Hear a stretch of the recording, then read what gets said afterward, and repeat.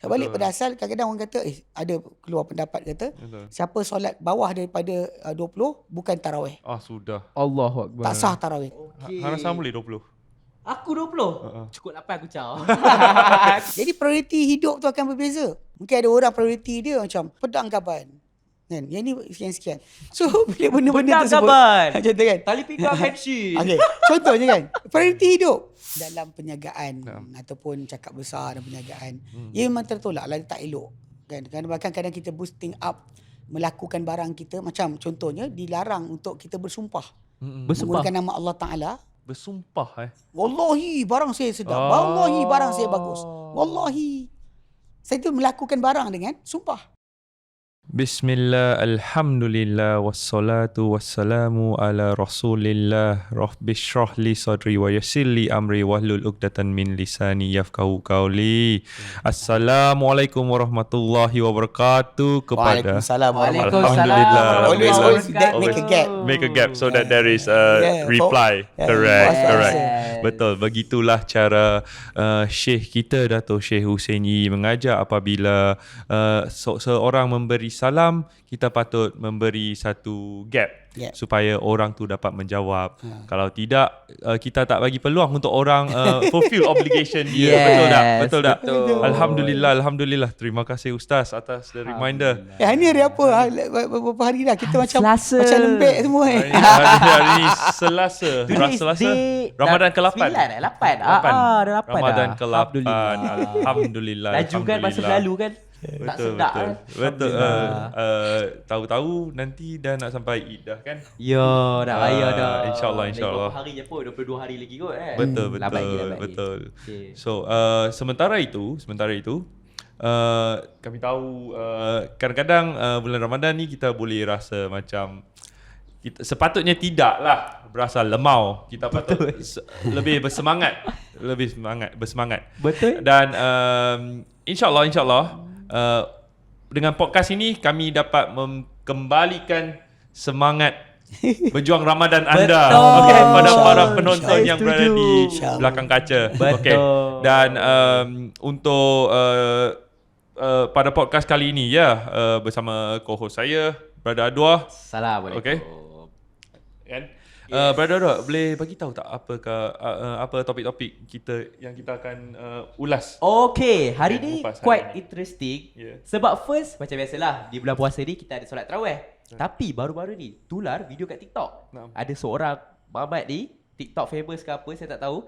Dia cakap solat tarawih dekat Masjid Setia Alam 20 rakaat dalam masa 2 jam. Tapi adakah itu laju? Sebab caption dia tulis solat tarawih paling laju. Dan saya semangat untuk solat tarawih dan saya manage untuk finish 20 rakaat. Dan saya macam quite interesting. Dia ada rakaman tak solat tu dibuat? Tak ada kan? Tak ada. Cuma dia just rakam macam tu on the way nak ke masjid itu. Dia kata saya pun semangat lah nak tadi solat. saya kira juga sebenarnya kalau dia kata 2 jam. 2 jam 120 minit bahagi per 20 dapat 6 minit satu rakaat. Agak lama sebenarnya dah tengok tu. Lepas kaki juga rasanya dia macam perli kot. Saya rasa sarkastik. Dia bukannya cakap direct. Mungkin tapi benda tu I don't think so. Pasal 2 jam untuk selesaikan tarawih tu 20 rakaat is actually tak laju. Betul. Standard kan? Tapi mungkin dia kata laju. Mungkin kalau orang ada selang-selikan dengan selawat dan sebagainya jadi lambat lah. Sepatutnya mungkin potong daripada 6 minit tadi potong lagi. Betul. Allah tak pasti. Lepas tu yang kedua kita ada pasal Chef Amar. Chef Amar dia tular baru-baru ni. Netizen cakap dia riak dalam bisnes dia. Sebab biasalah netizen hentam dia lah cakap Chef Amar sekarang dah tak laku. Dah tak ada orang beli dekat pasar Ramadan semua. Tapi betul ke tak laku? Nampak macam ramai. Tapi itulah netizen cakap. Cara dia menyampaikan tu macam dia yelah dia pun nak backup diri dia juga kan. Dia nak dia backup bisnes dia. Tapi cara dia sampai tu macam agak riak sebenarnya. Lepas tu dia berkait dengan ada Aid ke dalam bisnes. Sebab Aid ke dia punya bisnes dia tak berlaku kan. Betul. So kita wondering lah what gonna happen. Lepas tu yang ketiga pula. Yang ni agak menarik. Apa yang ketiga? Let me check and see. Apa yang ketiga tu? Stalking. Itu yang nombor 3. Minta maaf Ya, sebab saya hari ni saya tak sihat sangat. Saya seseba. Bagi Saya tisu agak kat dia, demam. tisu tak ada. Dia tersubat yang keras punya kat sini. Tahu. So saya pun cakap macam Doraemon sikit lah sekarang ni. Dia segau sikit lah. Yang ketiga, stokin ada nama Allah. Adakah itu Kalimah Allah. ya kalimah appropriate ke? Bagus ke? Tapi yang saya tahu order dia adalah KK Bat.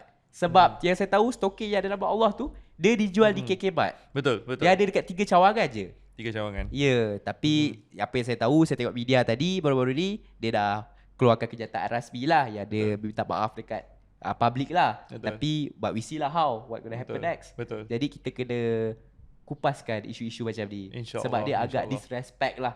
Betul. Memang. Betul tak? Memang pun. Sebab dia bukan orang Islam, dia bukan Muslim. Betul. Lepas tu dia buat benda tu pula. Dia tak tahu value kalimah Allah kan. Yes, so InsyaAllah. that's the problem lah. But begitulah topik-topik kita yang kita ada untuk kami ngupas pada hari ini, dan bersama kita Yes. adalah pengarah Hal Ehwal Islam Al-Khadim dan Residen Ustaz Asatizah kami. Dipersilakan Ustaz Adli Muhammad Saad. Sila Ustaz. Assalamualaikum. Which one? Start yang muda sekali. Yang pertama. Okay. Sila kita start terus. Kita start Okay, terus. Yang pertama tu Ustaz. Tarawih Express. Yes. Okay, yang pertama sekali. Bismillah wassalatu wassalamu ala rasulillah wa ala alihi wa sahbihi wa ala amma ba'd. Baik, tentang tajuk Tarawih Express tadi. Yes. Saya menyampuk sikit kan. Boleh. Kalau saya tengok video tu, tu disebut tentang 20 rakaat. Lepas tu dia bagi tahu 2 jam. Actually bagi saya itu tidak panjang. Tidak cepat, tidak laju. Kalau tanpa selawat-selawat sebagainya tak laju. Jadi realiti dia wallahu alam, kadang-kadang ada orang dia buat benda di opposite, dia cakap terbalik Betul. daripada apa yang dia buat. Supaya Betul. orang kata macam taklah. Tak tahu niat dia kan. Kita tahu niat dia apa. Tapi dari segi asalnya kalau dia kata 2 jam dari segi 120 minit bagi 20 rakaat, 1 rakaat dalam 6 minit. 6 minit Betul.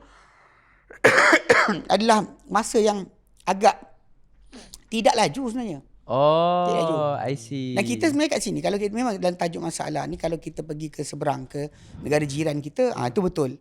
Mana 23 rakaat dalam 7 minit. 23. Laju betul tu. Betul Ustaz, yang saya pernah nampak dengan tak ada Tomat Nina terus jalan. Okay, realiti macam ni. Dalam konsep ni masalah adab. It's actually masalah solat, kita adalah adab. Adab dalam kita qiyam Ramadan. Yang kita sebenarnya tak perlu laju. Tak ada sebarang desakan untuk kita cepat-cepat. Atau habiskan solat tadi dalam masa tertentu. Dan bahkan solat tersebut juga tak wajib dibuat di masjid. Tarawih tak wajib. Sebab tajuk asal dia adalah Nabi kata afdhalus salatil mar'i fi baitihi ilal maktubah. Seafdal solat seorang itu di rumahnya kecuali yang fardu. Fardu tu yang kita kena datang berjemaah. I see. Yang tak fardu ni buat di rumah lah. Tapi realiti dia bila zaman Umar bin Khattab, beliau satukan, sebab dalam Masjid Nabawi ketika itu ada kumpulan banyak-banyak. Ini ada solat dengan 3 orang, ini solat dengan 5 orang. Orang ni ikut ini solat sendiri. Dalam tu bersepah. Jadi Umar bin Khattab radhiyallahu anhu, dia pun ambil keputusan untuk satukan mereka semua di belakang satu imam. Faham. Itu Ubay bin Ka'ab. Ubay bin Ka'ab antara imam yang dilantik oleh Umar untuk menjadi ketua imam dalam Masjid Nabawi. Dan Umar bin Khattab radhiyallahu anhu tak benarkan siapa-siapa jadi imam kecuali dia. Means that ini yang dia kata, yang Umar sebut. Umar kata ni'mal bid'atu hadhi. Sebab bid'ah inilah dia. Sebab bid'ah. Sebab apa? Sebab dia buat benda yang Nabi tak mestikan. Dia mestikan satu benda Nabi tak mestikan. Sebab Nabi tak pernah pun kata mesti solat belakang aku. Nak solat. Tapi dia Umar letak satu imam, jangan siapa. Kemudian dia buat awal malam. All the way daripada awal malam lepas isyak terus sambung. Okay, faham. Okay. Jadi dan disebut wallazi yanamu anha. Mana orang yang tak hadir tidur daripada hadir yang aku suruh ni, dan solat kemudian lagi baik dari siapa yang hadir. Better dari siapa yang hadir. Maksudnya kalau kita solat sendiri, solat isyak berjemaah, balik tidur dulu, kemudian pukul 1 pagi 2 pagi kita bangun solat. That is the best. Sebab solat akhir malam lebih bagus daripada awal malam. Itu realiti dia. Tapi bila Umar lantik Ubay bin Ka'ab, Ubay solat sampai hampir subuh. Ni kena faham. Maksud dia solat tadi tidak gopoh gapah, tidak kelang kabut. Itu masalah adab. Yang kita alhamdulillah di Al-Khadim bila kita buat qiyam Ramadan. Antara pesanan biasa yang Syekh Husaini hafizahullah pesan, jangan gopoh-gapah.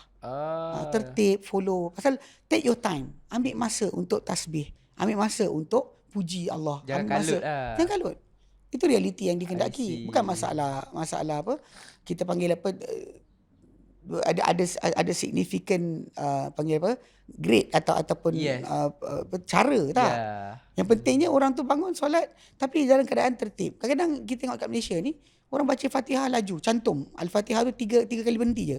Ada kan berhenti satu tak berhenti langsung. Alhamdulillahirabbil alamin arrahmanir rahim maliki yaumiddin iyyaka na'budu wa iyyaka nasta'in sampai waladdallin. Uish. Teruk tu. Kenapa? Kan kita tahu bahawa bila kita membaca Al-Fatihah, Allah jawab balik. Betul. Allah jawab setiap ayat kita baca, Allah jawab balik. Oh ya. Macam dalam hadis Nabi kata, Allah Taala kata, qasamtu salata baini wa baina abdi nisfain. Aku bahagikan solat antara aku dan hamba-Ku dua bahagian. Bila hamba-Ku kata alhamdulillahirabbil alamin, terpuji milik Allah, Tuhan sekalian alam, Nabi kata, Allah Taala kata, hamidani abdi, hamba-Ku puji aku. Bila kita kata ar-rahmanir rahim, ya, itu Nabi kata Allah Taala sebutlah asna alayya abdi, hamba-Ku sanjung aku. Bila kita kata iyyaka maliki yaumiddin, pemilik hari pembalasan, maka Allah Taala jawab majjadani abdi, hamba-Ku agungkan aku. Every words yang kita baca tu ada balasan dari Allah Subhanahu Wa Taala. Hatta bila kita membaca ayat-ayat tentang mengesakan Allah Taala, sadaqa abdi. Bila kita sebut la ilaha illallah, sadaqa abdi, hamba-Ku benar. La ilaha illa ana, tiada ilah kecuali aku. Bila kata Allahu Akbar, sadaqa abdi, hamba-Ku benar. Akulah yang terbesar. Sentiasa Allah jawab balik. Allah jawab. So because of that, dia tak ada zikir kelang kabut nak dapatkan quantity yang banyak. Tak ada. Dia nak tak volume pernah lah Ustaz, quality lah. Dia nak quality, not the volume. Volume tu boleh jadi banyak tapi tak guna. Dikir mulut tapi kepala ingat. Jadi bazar Ramadan nak makan apa? Buka puasa nak makan apa tau. Dia tu bab adab. Kemudian macam doa istiftah. Doa istiftah tinggalkan. Doa istiftah. Doa. Pasal Nabi SAW diriwayatkan daripada baginda, solat malam baginda, semua ada doa istiftah. Betul lah kan. Iftitah. Istiftah. Istiftah apa benda? Iftitah. Oh, iftitah lah. Istiftah. Saya sebut istiftah pasal sebutan para ulama istiftah. Oh, istiftah. Orang kita iftitah je. Oh, istiftah. Sama maksud pembukaan. I learn something new Ustaz today. Doa pembukaan. Maksudnya lepas takbir, sebelum baca Fatihah, ada doa dekat situ. Nabi tak pernah tinggal. Boleh kata semua solat-solat malam Nabi ada doa iftitah atau istiftah. Tapi kita lihat orang kita solat je qiyam Ramadan hilang. Allahu Akbar. Alhamdulillah. Terus macam tu. Ini masalah adab lah. It's really about adab. Bila kita solat, kita tak disuruh pun, pertama tak solat pun tak apa. Solat sunat. Betul. Tapi kalau orang tu kata, dia tinggalkan doa iftitah sebab sunat. Baca zikir ketika rukuk dan sujud. Tasbih rukuk dan sujud, pendekkan sikit je. Sebab kalau 3 kali sunat. Solat sunat tu, solat sunat. Tak solat pun tak apa. If you can left out everything from the adab, dan tinggal semua pun tak apa. Saya tak wajib pun. Betul. Sebab kalau nak buat baik, buat sebaik-baiknya buat lah. seelok-eloknya lah. Ini masalah sebenar. Dan kadang-kadang kita kata apa yang dan daripada apa yang berlaku di negara seberang, jiran kita, di situ kita nampak apa yang Nabi ajar itu jelas dan terang. Tapi manusia akan ikut tradisi. Manusia akan ikut tradisi Tradisi. Apa tradisi atau nenek dia buat, dia akan buat. Betul. Walaupun Nabi punya hadis datang pun dia masih lagi lawan. Kita tengok Nabi yang selalu solat dengan penuh tertib, dengan perlahan-lahan, tidak kelang kabut, tidak gopoh-gapah. Semua para sahabat solat macam tu. Datang dia, kami telah melakukan ini sejak 300 tahun dulu. Sejak 300 tahun yang lalu. Sudah. Maksud dia itu hujah bahawa benda ni patut buat. And continuing untuk buat sedemikian. Dan kata kalau solat tadi kan, kalau kita solat panjang, orang tak nak solat. Kita bukan nak orang jemaah jadi ramai untuk ikut hati jemaah. Betul. Bahkan kita buat benda berkenaan bukan terlampau teruk, bukan terlampau ringan, tapi dengan bentuk sederhana yang Nabi buat untuk tarik orang ini sunnah. Betul. Ini awak lajukan untuk supaya orang ramai datang. Jadi akhirnya alhamdulillah kampung ni semua solat tarawih. Salah lah tu Ustaz. Dan even actually lafaz tarawih tu tadi dah tak kena. Faham. Bila guna tarawih, rehat-rehat. Slow. Apa bab kata Syekh saya cakap solat yang tenang kan? Yeah. Solat yang relax-relax. Rehat-rehat. Masa solat, relax. Lepas tu solat relax. Kalau dia kata waktu laju, bukan tarawih nama dia. Itu dah level 5 je Ustaz. Itu tajuk asal. Kalau kita nak buat dengan baik. Tapi bila kita kata orang macam yang video yang budak lelaki tu share tu, saya rasa dia skeptik, dia buat macam insult sarkastik. Oh, sarkastik. Yes. Sini cepat sangat 2 jam dia kata. Betul. Tapi sebenarnya tak cepat 2 jam tak cepat. Itulah. Tapi tular video tu Ustaz dapat 61,000 saya tahu. Like. Memang actually saya pernah mengajar kuliah subuh dekat masjid tu. Sebulan sekali. Tapi dah lama tak pergi dah. Cuma nak fahamkan memang dia punya jemaah situ kita kenal bagus, baik, alhamdulillah. Tak ada masalah kat situ. Tapi realiti dia macam yalah, budak nak buat konten, dia sebut macam tu lah, kata saya solat sangat laju 2 jam, 20 rakaat 2 jam. Kita tak laju. Kalau dia kata 20 rakaat 7 minit, tu laju. Itu realiti. Itu realiti. Tapi kena faham lah, itu kata semua perkara tersebut berbalik kepada asal adab. Is actually adab kita dalam ibadat. Tak patut kita membuat ibadat tadi dalam cukup asal buat. I see. Dah buat dah, walaupun tomak ninahnya tak ada. Betul. Walaupun rukunnya tak sempurna, asal dah buat. Itu tak ada. Dalam agama kita, itu bukan cara kita beribadat kepada Allah Taala. Kita buat dengan yang terbaik.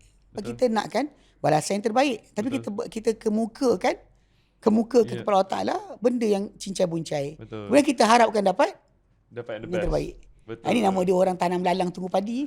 Tanam lalang tunggu padi. What does it mean by tanam lalang tunggu padi? Kau tanam lalang. Tapi kau tunggu padi. Memang tak dapat lah cerita dia. Itulah contoh dia. Engkau buat benda cincai-buncai, engkau harapkan syurga yang tinggi. Kan? Kau dapat pemuliaan di sisi Allah Taala. How can that be? Wah. Lambat kau ni. Lambat sikit lah. Demam Ustaz. Dia tambah rem. Demam. Jadi Ustaz, saya ada satu soalan.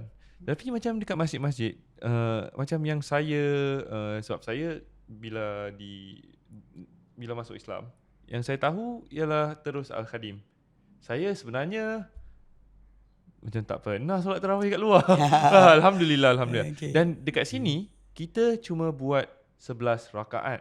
Okay. Tetapi di luar situ, diorang buat 20 rakaat. 23.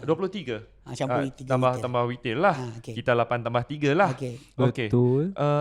Boleh tak Ustaz tolong cerita kat saya perbezaan dia? Okey, baik. Dia tajuk asal masalah jumlah. Okey, dia macam ni. First thing first, apa Nabi buat? Betul. Apa Nabi buat? Diceritakan oleh Aisyah radhiyallahu anha. Dia kata tidak ada dah makan Rasulullah SAW yazidu ala 11 raka'atan fi Ramadan wala ghair Ramadan. Tak pernah Rasulullah SAW lebih daripada 11 rakaat dalam Ramadan, tidak juga luar Ramadan. Dan isteri Nabi dia paling kuat melihat apa Nabi buat dalam rumah. Isteri betul? Yalah. Pasal Nabi solat qiyam Ramadan dalam rumah. Betul. Dan para sahabat dulu ikut Nabi. Melalui Nabi dalam rumah, diorang dalam masjid. Oh iya ke? Just nampak bayang-bayang Nabi pun cukup. Kan sebab masjid dekat luar rumah dia kan. Dia di situ. Yang melekat kan. Bilik Aisyah tu melekat dengan masjid. So diorang tengok bayang-bayang Nabi dan diorang ikut solat Nabi. So Nabi mengelak. Bahkan Nabi pernah solat dengan diorang dalam masjid, tapi Nabi buat garisan, tak nak bagi diorang ikut. Ala kulli hal, memang perbuatan Nabi tu jelas. Okey. Apa hadis-hadis yang datang? Hadis-hadis yang datang dalam perbuatan kata Nabi buat 20, semua tak sahih. Untuk Nabi untuk tak sahih Untuk Nabi. Dia kata Nabi buat 20, tak pernah ada satu pun sahih. Okey. Kemudian datang pula tajuk berkenaan dengan lepas Nabi wafat. Bila Nabi wafat, kan kita sebutkan bahawa Umar bin Khattab adalah yang pertama menyuruh orang ramai untuk solat di belakang Ubay bin Ka'ab. Mana imam dilantik, belakang dia je seorang solat. Dekat sini timbul riwayat-riwayat. Lepas riwayat yang sahih dalam Bukhari dan Muslim dan sebagainya datang, Umar suruh dia buat dan dia buat 11 juga. Cuma wallahu alam, datang riwayat kata zaman Umar lah mulanya 20 rakaat. 20 rakaat. Okay. Macam mana kita nak combine pemahaman tadi? Betul. Mungkin wallahu alam riwayat yang datang tentang bacaan imam tadi kan 11 rakaat dengan berdiri lama. When you do macam ni, maksudnya kalau kita baca Quran lama panjang, jumlah rakaat ada 11. Betul. Kalau baca pendek-pendek, dia jadi dia dipanjangkan, dia stretch out untuk memudahkan orang ramai ketika itu untuk ikut solat. Faham. Kat situ tajuk dia. Member tarik panjang pula. Dia tarik panjang, dia stretch out untuk mudahkan orang yang tak larat Betul. untuk berdiri lama, boleh ikut. Okey. Kalau ni kata faham. kita buat buat panjang terus kan, buat panjang terus macam satu rakaat macam Kak Yaman. Yes. Dia buat 11 rakaat juga. Yes. Tapi habiskan satu juzuk. So setiap rakaat tu 2 muka setengah. Faham. 2.5 page. Faham. 2.5 page. You will be standing satu rakaat 2 muka setengah. Gambar kita sekarang ni buat setengah muka pun orang bising. Banyaknya Ustaz. Satu muka pun orang bising. Lagi bising lah. 2 muka setengah untuk 8 rakaat. So bila solat tu macam tu, dia kat sini tajuk dia jadi berat kepada sebagian orang. Ya ke? Maka dekat situ bila kata dia semua ulama kata stretch out, sebab Nabi kata solat malam 2-2-2-2. Nabi tak sebut pun berapa. Betul. Perbuatan Nabi ada, tapi Nabi sebut 2-2-2-2. Bila kamu bimbang saja subuh, solatlah satu. So dari sebutan Nabi tadi macam tak ada limit. However you can pray, two is up to you. Betul. So jadi bila kita lihat kat situ, Nabi punya perbuatan satu benda, Nabi punya arahan memudahkan. Dia kena faham. Jadi ada pemudahan. So jadi kalau kita faham kat situ, orang ramai kita ni yang sebut sebab tarawih 20, dia bukan macam lain, bukan mesti.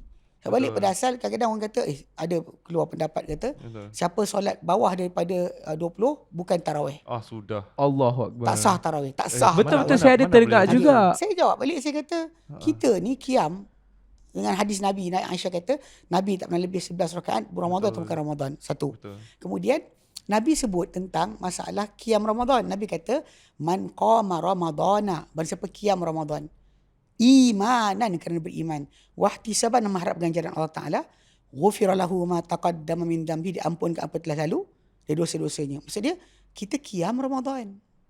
Kita bukan nak solat tertentu nama tarawih. So if anybody want to deny kesahihan solat qiyam Ramadan kita, dia gagal. Sebab perbuatan dia menafikan jumlah rakaat dan sebagainya. Benda tersebut sebenarnya bukan menjadi masalah. Atas asas sebenarnya kita beramal dengan apa Nabi tu, perbuatan Nabi SAW. Dan bila sebut lafaz Nabi tadi, dia open up, terpulang banyak mana. Betul. You cannot say 20 pun. Betul. Because some scholars say 36. Some scholars say 50. So everybody is actually berikan pendapat mereka masing-masing atas dasar nak penuhkan waktu. Betul. Malam tadi. Yang itu yang penting dia. Faham. Mendekat waktu malam dengan qiyam. Jadi masalah jumlah rakaat tu tak pernah ada masalah. For us, bagi kita, siapa nak buat 20 silakan. Siapa nak buat nak buat 11 silakan. Tapi yang pentingnya dia kena faham bahawa yang untuk mengatakan tidak sah. Betul. Walaupun orang yang buat 11 tadi dia ada dalil. Bahawa Nabi buat 11. Umar pun suruh 11. Okay. Tapi kerana lafaz Nabi solat malam 2-2-2-2, jadi kita boleh faham satu benda. Kalau kita gabungkan dua kisah tadi, kisah Umar suruh Ubay 11 rakaat saja dan riwayat bahawa Umar suruh 20. Mungkin kerana dia lihat orang ramai lemah, tak larat. Betul. Macam zaman dia dengan para sahabat yang lain dengan Nabi. Dia tengok orang ramai lemah, maka dia suruh imam tadi stretch out. Faham. Jumlah tadi supaya orang semua boleh ikut. Betul. Itu saja. Betul. Tapi balik pada asal, jumlah rakaat tadi, waktu solat tadi pun kita kena ambil kira. Sebenarnya waktu terbaik solat adalah seperti akhir malam. Last third of the night. Faham. Kita buat sekarang ni pada awal malam ni. Betul. Pasal kita ada kerja nak tidur dan sebagainya. Jika tidak, sepatutnya lepas isyak tidur dulu. Lepas tu nanti baru bangun seperti akhir malam. That is the best. Okey, alhamdulillah. Jadi Ustaz, kalau saya boleh fahamkan betul lagi lah kan. Okay. Macam Ustaz cakap, okay, apa yang Nabi buat dengan apa arahan Nabi. Kan? Apa yang Nabi buat 11 saja. Yes. Okay. As long and arahan Nabi, if you want to continue, kalau nak berterusan selepas 11 tu, ikutlah korang buat 2 lah sampai subuh. Sampai subuh. Okay. Janji akhiri dengan witir saja yang odd number lah. Number ganjil lah. Kan macam tu je kan. Itu saja. Dia tak ada masalah itu. Tapi lah macam untuk mengatakan tak sahih orang solat tidak 20 tu, tu tak kena lah. Betul. Masalah di opinion apa yang ada pada scholars. Pendapat mereka kata orang ni kata 20, ni kata 20. Semua kata kalimah tarawih tadi. I said we don't want the tarawih.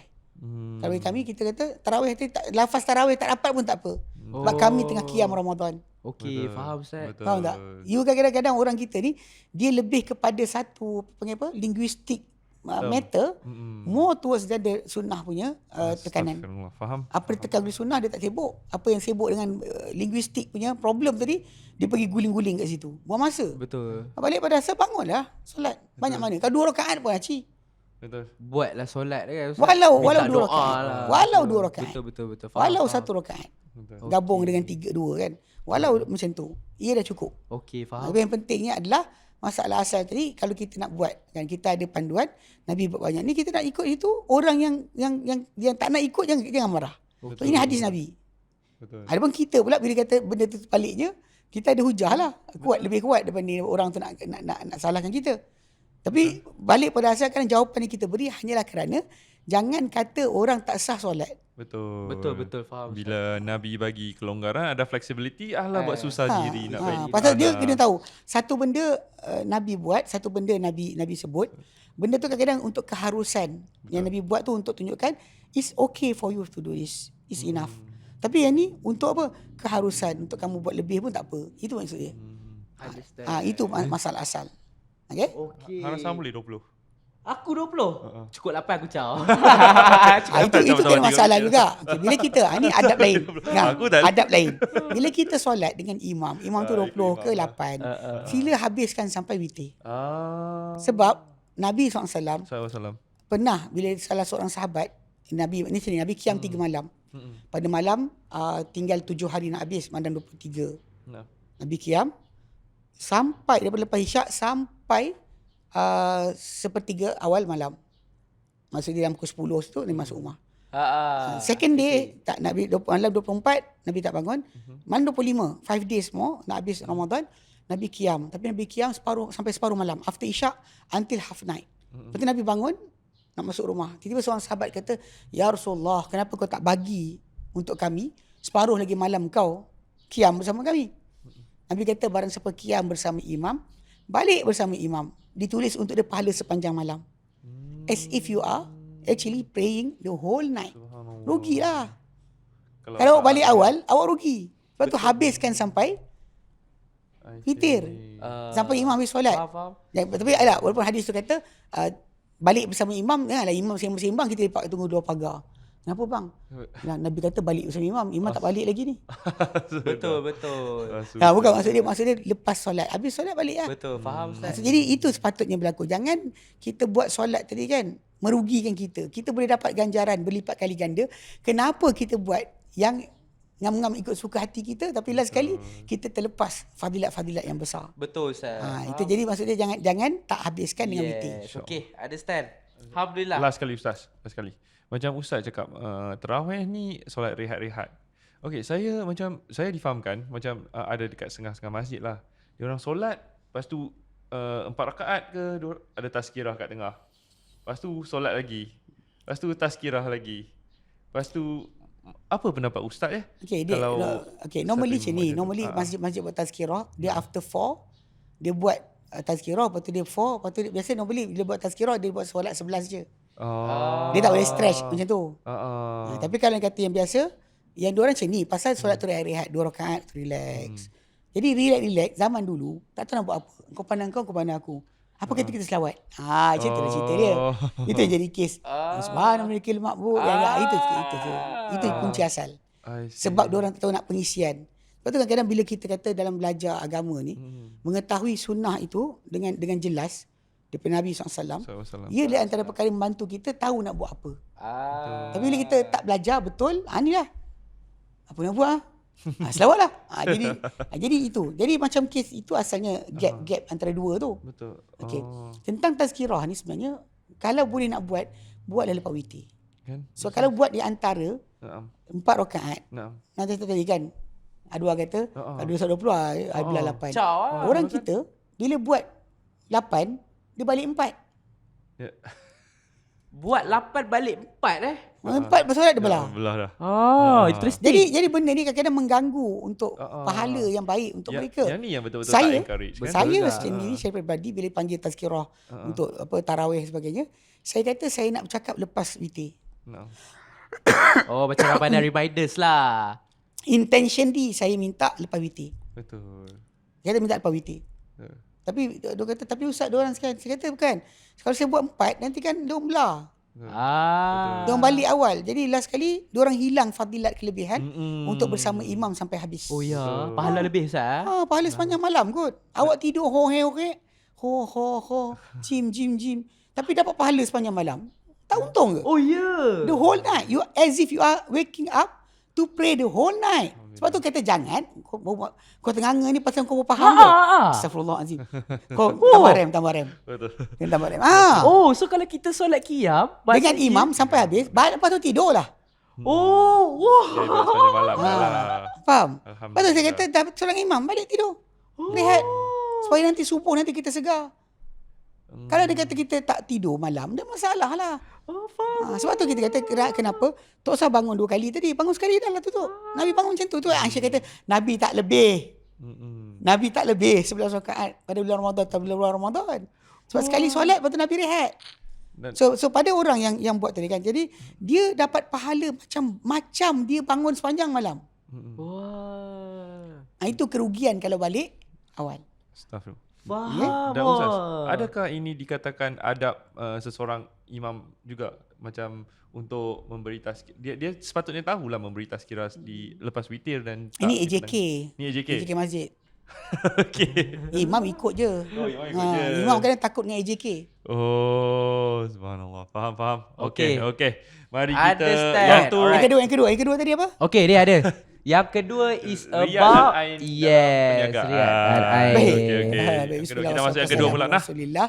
Okey. Tentang masalah riak dalam perniagaan ataupun cakap besar dan perniagaan. Ia memang tertolaklah, tak elok. Kan bahkan kadang kita boosting up melakukan barang kita, macam contohnya dilarang untuk kita bersumpah. Bersumpah. Menggunakan nama Allah Taala, kan? Kita tak digalakkan beli barang dari orang yang suka bersumpah. Bersumpah Wallahi barang saya sedap. Wallahi barang saya bagus. Wallahi. Saya tu melakukan barang dengan sumpah. Okey. Jadi dia gunakan bersumpah dengan nama Allah tadi untuk melakukan barang dia. Ini tak digalakkan langsung. So basically kalau itu cara dia, maksud dia cakap besar pun tak boleh jugalah. Betul. I see. Because you are boosting up something. Betul. Kan be humble. Jadi seorang yang rendah diri is better. Betul. Jadi kita kata mungkin orang tu sedap lagi. Saya tengok di Yaman contohnya kan. Perniagaan di Yaman, diorang walaupun competing each other, dia jual kismis, badam, cashew dan sebagainya kan. Seorang sebelah pun jual. Dia boleh kata apa bila kita nak beli kan. Aku punya kismis musim ni tak elok sangat lah. Kau beli dulu lah. Subhanallah. Faham. Ni apa badam aku ni macam tak apa sedap. Beli dulu lah. Dia can say macam tu. Macam kita kata, dia sekian. Pergilah orang sekian. Macam halal customer. Bukan halal customer. Dia jujur. Jujur. Ni maksud jujur. Saya dia kata yang aku punya ni tahun lama. Kita nak beli juga tak apa. Tapi kalau dia kata kalau nak elok lagi sebelah. Oh, tapi dia macam menolak customer. Tapi dia jujur Bukan. lah. Dia kat situ. Tajuk asal dia adalah dia percaya rezeki dari Allah. Betul. Bukan Oh, kita beri dia. Kan? Kadang kita lupa sebenarnya orang datang nak beli pada kita kerana Allah Ta'ala. Macam saya dengar Syekh Ahmad cakap, dia kata rezeki dari Allah. Allah nak tarik Allah sekian. Memang cakap itu betul. Betul lah tu Ustaz. Saya setuju cakap tu. Memang betul. Kalau kita orang beli sebab Allah Ta'ala yang jadikan hati mereka tergerak nak beli. Kalau orang tu tinggalkan kita pun Allah Ta'ala jadikan tergerak tak tinggalkan kita. It's really about Allah Ta'ala punya aturan. Rezeki kita dibuka dengan cara tersebut. So dengan sebab itu memang dari sudut asal dalam masalah perniagaan, jujur dalam perniagaan ni adalah benda penting. Sebab tu dalam hadis Nabi kata apa? At-tajirus as-saduqul amin. Seorang peniaga yang benar lagi amanah. Dia benar, dia amanah. Tahu dia punya rank kat mana? Ma'an nabiyyin was-siddiqin wasyuhada'i was-salihin. Bersama-sama para nabi, para siddiqin, para syuhada' dan salihin. Dia peniaga cari untung duniawi. Tapi Allah Ta'ala bagi dia peluang, kalau dia jujur dan benar, Allah Ta'ala letak dia rank paling atas syurga. Berada syurga bersama para nabi, para siddiqin yang syuhada'nya, orang mati syahid dan juga orang soleh. So sebab tu orang yang meniaga dia kena sedar berkenaan rezeki tadi, ataupun kita panggil dia rezeki tadi. Kalau dia jujur tu lebih baik daripada dia cakap bohong. Ustaz, adakah sebab Allah letak dia orang rank paling tinggi sebab dia orang memang peniaga-peniaga ni kan dekat tengah-tengah antara akhirat dia orang dengan dunia. Betul. Sebab bila-bila masa je kalau dia nak bagi penimbang tu rosak sikit ke, dia boleh je, kita takkan tahu. Betul juga. Kan? Dia tak barang. Tapi tak tajuk dia. Kalau benar dan jujur, maka paling tinggi kan? Makam paling tinggi. Subhanallah. Makam para nabi. Mana dia ranking dia duduk syurga para nabi, para siddiqin, syuhada dan solihin. Sedangkan dia merchant. Dia penyaga. Jual barang untuk untung. Tapi dia sampai syurga tu paling atas. Bukan dengan solat, bukan dengan puasa, bukan dengan sedekah. Tapi dengan apa? Benar dan jujur. So maksudnya kalau kita jujur dalam perniagaan, so kita akan dapat rank, dalam masa sama kita dapat wang kat dunia. Yep. Bonus. Itu 2 bonus. Special juga. Tapi benda ni kata berat. Sebab orang akan sentiasa tak nak down, tak nak sekian. Jadi realiti dia kadang benda tersebut ni lah. Jadi bab berkenaan dengan ain dalam perniagaan ni, memang kita tak nafikan. Macam Nabi kata ain hak, ain adalah benar. Kalau ada benda sesuatu boleh mendahului qadar, ain lah bendanya. Tapi semua berlaku dengan qadar Allah Ta'ala. Anything befell upon you is not something that because of that person's power. It's because Allah Ta'ala takdirkan kau kena. Betul lah. Everything happen because of Allah. Tapi dalam masa perkara ni memang itu sebab tu kenapa kita kata kadang-kadang yalah orang tu kata dia punya rezeki kurang, ada kata kena sihir, ada kata kena ain. Itu bukan tajuk sebenarnya. Sangat salah. Sebab yang pertama dia kena sedar adalah rezeki dia tersekat kerana Allah Ta'ala sekat. Orang kata ya bersutur rizqa liman yasha wa yaqdir. Kan Allah Ta'ala melapangkan rezeki pada siapa dia nak dan dia sikitkan. The one that making your provision to become wide is Allah. The one that stop your provision from coming from any benefit is Allah also. Everything is from Allah actually. So kita kena buat banyak doa. Doa. Kalau kita rasa sempit, minta. Tambah-tambah time bulan Ramadan ni Allah makbul lebih sikit Ustaz. Memang dijanjikan kan ketika masih berpuasa ni doa kita makbul. Tapi banyak orang tak habiskan masa dengan berdoa. Okay Ustaz, I had one question Ustaz. Sorry ada satu soalan. Please. Sorry kita dah jauh sikit pada Chef Amar. Jadi pasal solat tadi Ustaz. Termasuk sikit je. Sebab macam ni, bila setiap kali kita solat, lepas tu bila sujud terakhir, saya akan minta ke Allah Ta'ala lama. Lepas tu bila saya bangun, saya minta doa juga. Ataupun salah satu cara, contoh lah, saya dah tak ada masa untuk berdoa, tapi saya sujud je, saya minta doa ke Allah. So adakah itu pun diterima Ustaz ke macam mana? Okay, first thing Ustaz first. Faham kan soalan saya? First thing first, tajuk sujud kena faham, bukan sujud akhir sahaja. Bukan every sujud. Nabi kata akramakan al-abdu ar-rabbi wa sajidun. Hampir-hampir seorang hamba kepada Tuhannya adalah ketika dia sujud. Fa akthirud du'a, maka banyakkanlah berdoa. So Nabi sendiri SAW tak pernah kata sujud akhir. Kebetulan Aisyah datang ketika solat witir Nabi doa dengan doa witir yang kita baca tu. Oh ya. Jadi tapi realiti dia Nabi baca tu ketika sujud akhir. Ada juga riwayat Nabi baca lepas solat witir. So yang pentingnya sekarang ni ada orang ingat bahawa sujud akhir tu tempat. Salah. Semua sujud. Oh, so setiap kali sujud sikit tu dah subhanallah Allah lepas tu terus. Cuma bila solat berjemaah kita kena follow imam. Betul. Tak boleh lama-lama lah. Imam dah bagi salam untuk sujud lagi. Itu salah. Tak kena. Kita kena bangun ikut imam. Betul. Imam jadikan untuk diikuti. Bila imam takbir duduk, kita takbir kita duduk. Bukan kita duduk diam nak doa. Salah. Kalau solat sunat bersendirian, sendiri-sendiri, yes. Minta lah. Kita ada ruang untuk panjang-panjang doa.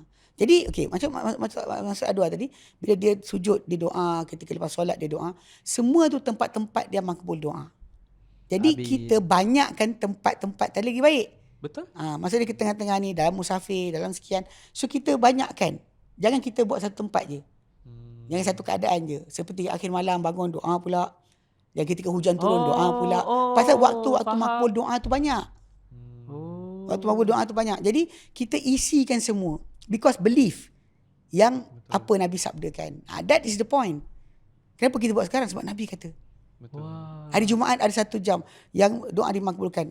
Kita sibuk cari sebab Nabi kata.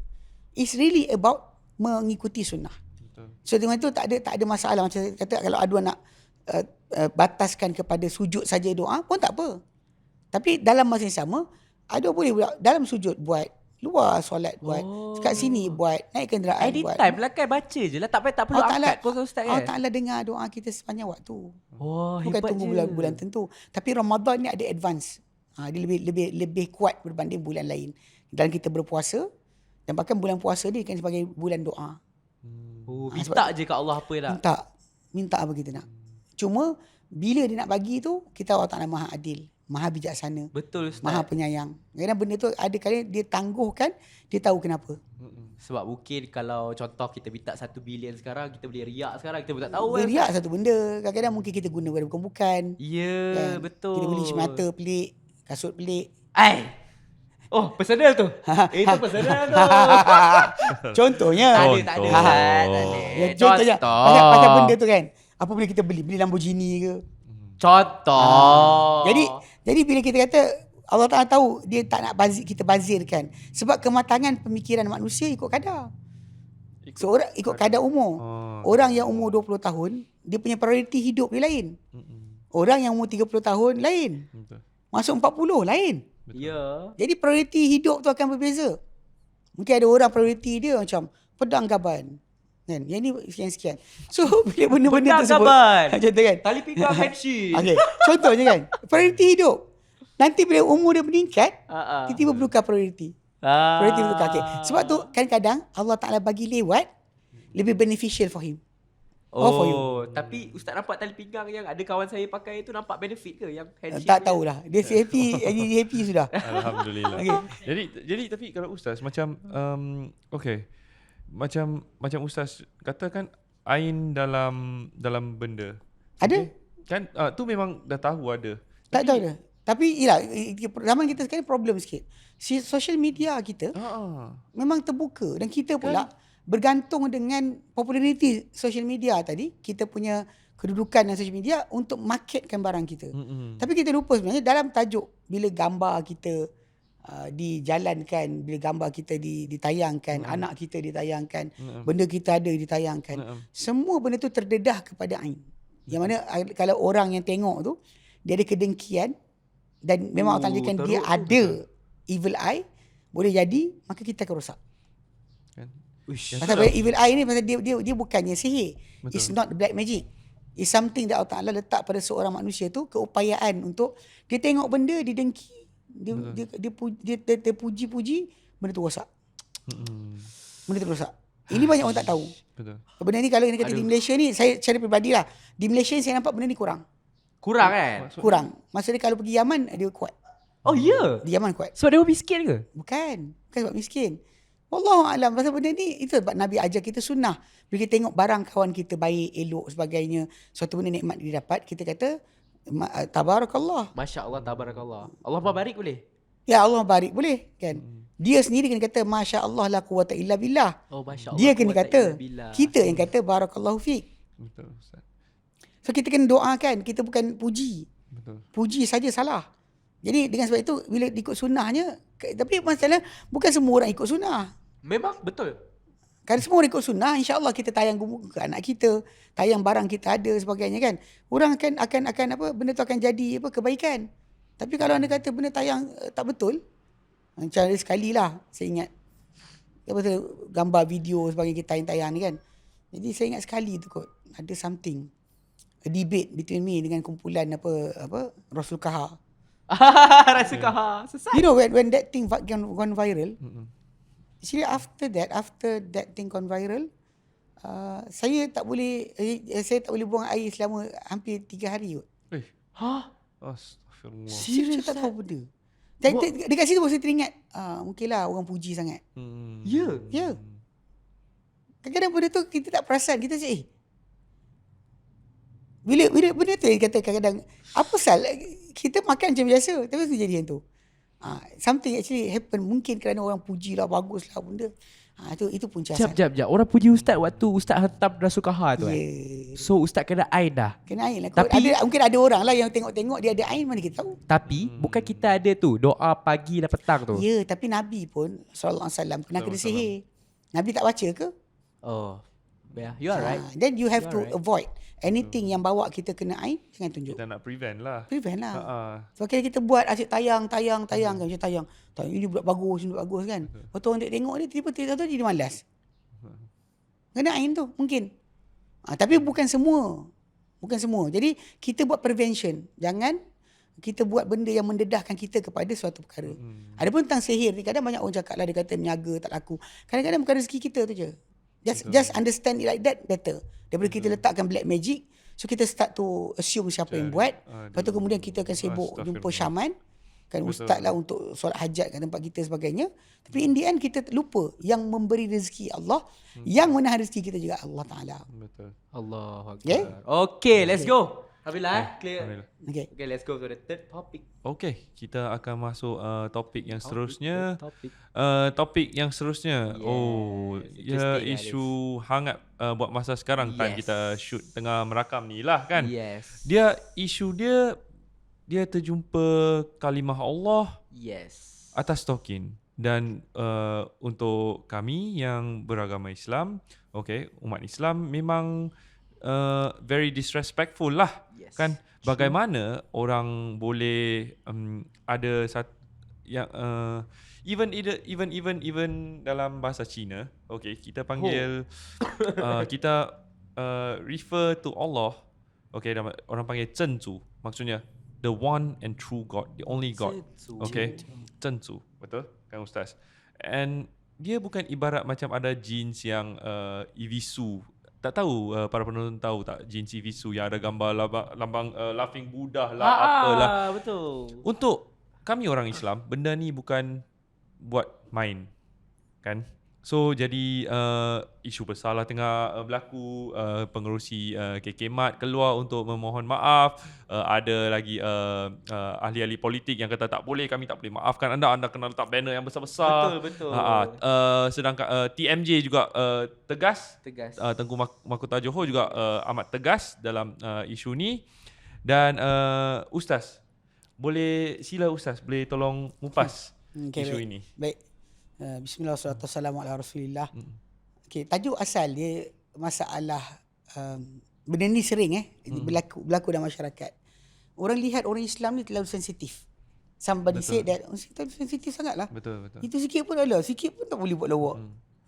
Problem dia adalah kerana mencintai Tuhan yang kita sembah, yang menjadikan kita. Betul. Anything relate to him. Betul. His religion, his prophet, his messenger, and his book. Anything related to that. Memang umat Islam akan sensitif sebab Allah Ta'ala sebut dalam Quran dalam surah Al-Baqarah. Ini Allah yang clarify. Allah kata, "Wa minan nasi may yattakhidhu min dunillahi andadan yuhibbunahum ka hubbillah." Ayat 165 surah Al-Baqarah. Ada di kalangan manusia yang mengambil selain Allah Ta'ala sekutu-sekutu. Yang mereka cinta sekutu-sekutu tadi, dia associate, dia membuat dengan Allah Ta'ala tadi macam cinta Allah. Macam cinta Allah. Okay, faham. Mana devote dia self, ni sekian, the saint dan sebagainya.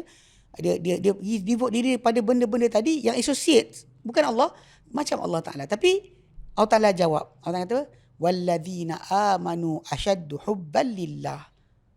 Tetapi orang-orang beriman lebih dahsyat cinta kepada Allah. Allah Ta'ala yang sebut itu. Memang orang beriman, dalam hati dia iman, dia akan cinta Allah Ta'ala dengan sepenuh jiwa. Dan dalam tajuk ni berkaitan agama, memang kita kata bila kita dah ada cinta dalam hati kita ni, kalau kita ada takwa, piety dalam agama, Allah Ta'ala sebut apa tanda ketakwaan seseorang itu. Kalau orang tu tak ada tanda ni, dia tak takwa.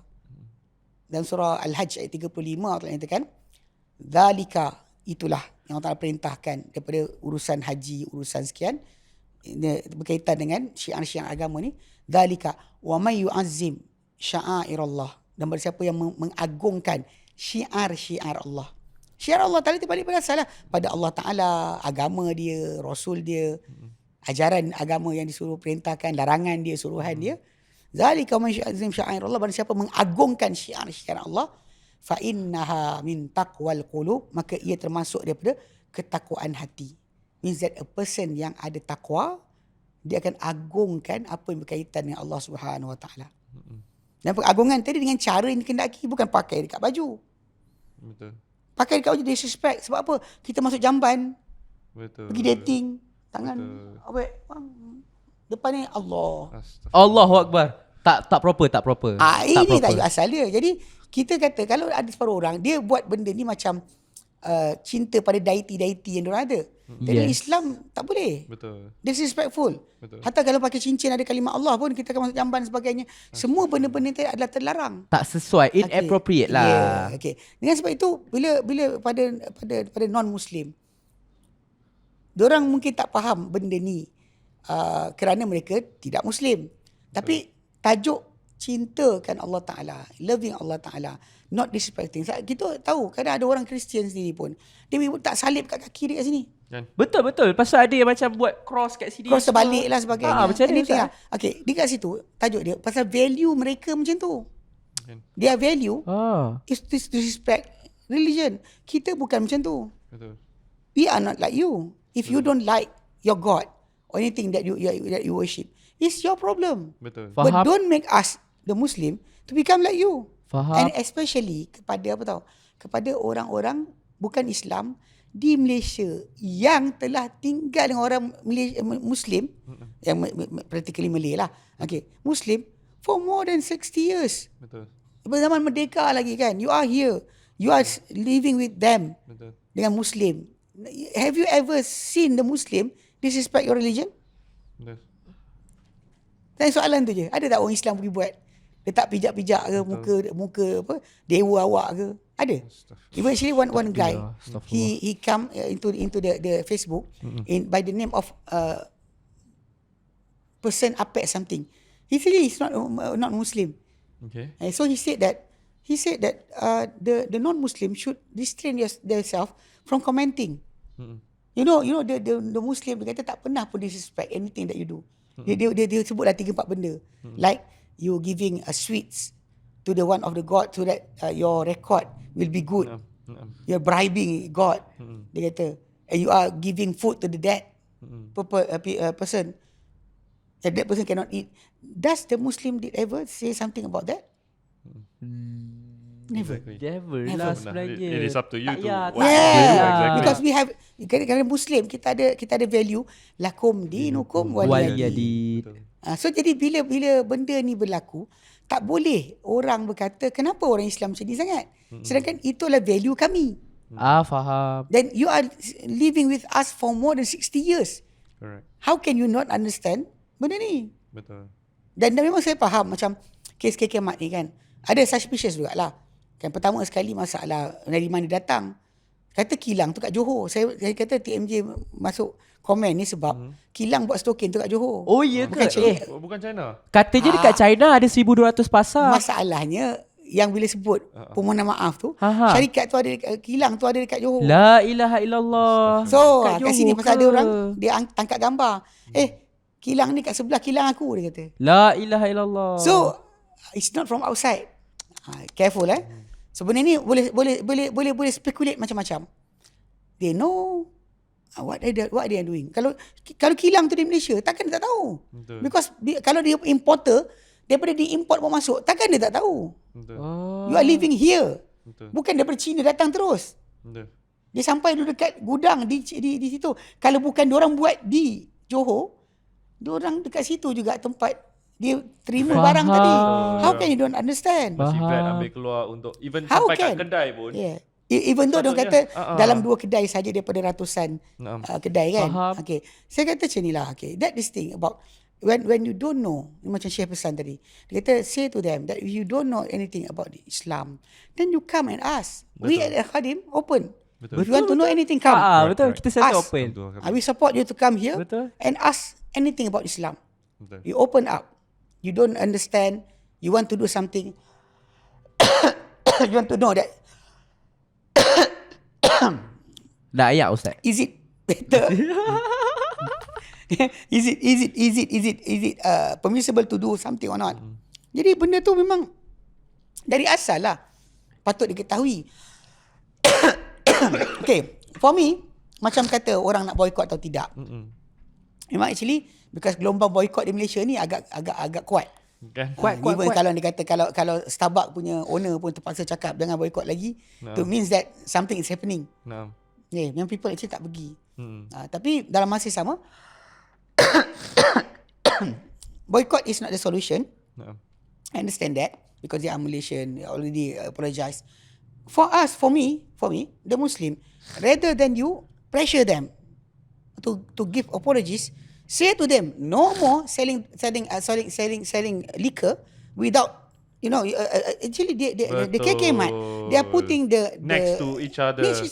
Betul. Yang haram Betul. dan halal sebelah-sebelah. Betul. Tapi dia ada satu peti ais tu kan. Tak yang kisah. Tak. KK Mat tak ada. KK Mat tak ada. Campur aduk. Okay, anyway, balik pada asal. When kita kat sini kadang ahli politik ni kan yang kadang menangguk di air keruh. Ketika macam ni lah tunjukkan hero dan sebagainya. Supaya orang nampak awak lah pembela Islam. Dengar sini. Awak sepatutnya bercakap daripada dulu lagi tentang masalah tempat-tempat penjagaan ataupun mat-mat ni yang mereka jual minuman keras dan anak-anak orang Islam kena jadi cashier dan scan barang tadi dan jual. Betul Ustaz, saya setuju. Why didn't you say something about that? Kenapa tak cakap? Betul. Kenapa cakap berkenaan masalah ni saja? Ke nak tunjuk awak hero? Betul. Nak tunjuk hero lah. Nak tunjuk hero betul cakap pasal arak. Betul. Stop that. Betul Betul. Ustaz. Ha. Betul Ustaz. memang pun. So say, Betul pun. any premise macam tak perlu pun. Kadang-kadang penempatan kawasan tu 90% Muslim. The non-Muslim is jadi 10% or less. And actually involving intoxicated drinks, alcohol, is actually endangering your health. Betul. So cakap tak setuju. Betul. Tak setuju. Macam kita tempat saya tinggal, ialah persatuan penduduk AJK Masjid dan Surau, dia tulis surat kepada pihak pengurusan. Oh ya. Dan pihak pengurusan stop jual. Betul. Dekat situ masalah macam ni. Kalau majoriti Muslim, kenapa korang tak tulis surat? Yeah. Dan ahli politik. Ni ahli politik. The politician. When you want to be a hero, pick a right topic.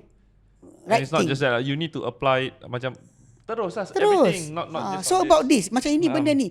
Bela lah. Awak kena bela. You have to actually help all the cashiers yang Muslim ni daripada menjual barang tadi. Betul. So awak tak pernah cakap pun, senyap je. Tak jual arak, diam je kan. Betul. Tak orang jual token, awak pun jadi hero. Kenapa kan? Jadi realiti dia, ini kadang kita perhatikan. Dia adalah, dia panggil cherry picking. Macam kita buat adalah, ada benda babi. Arak, okey. Kan, kedai jual babi, kau tak makan kat situ.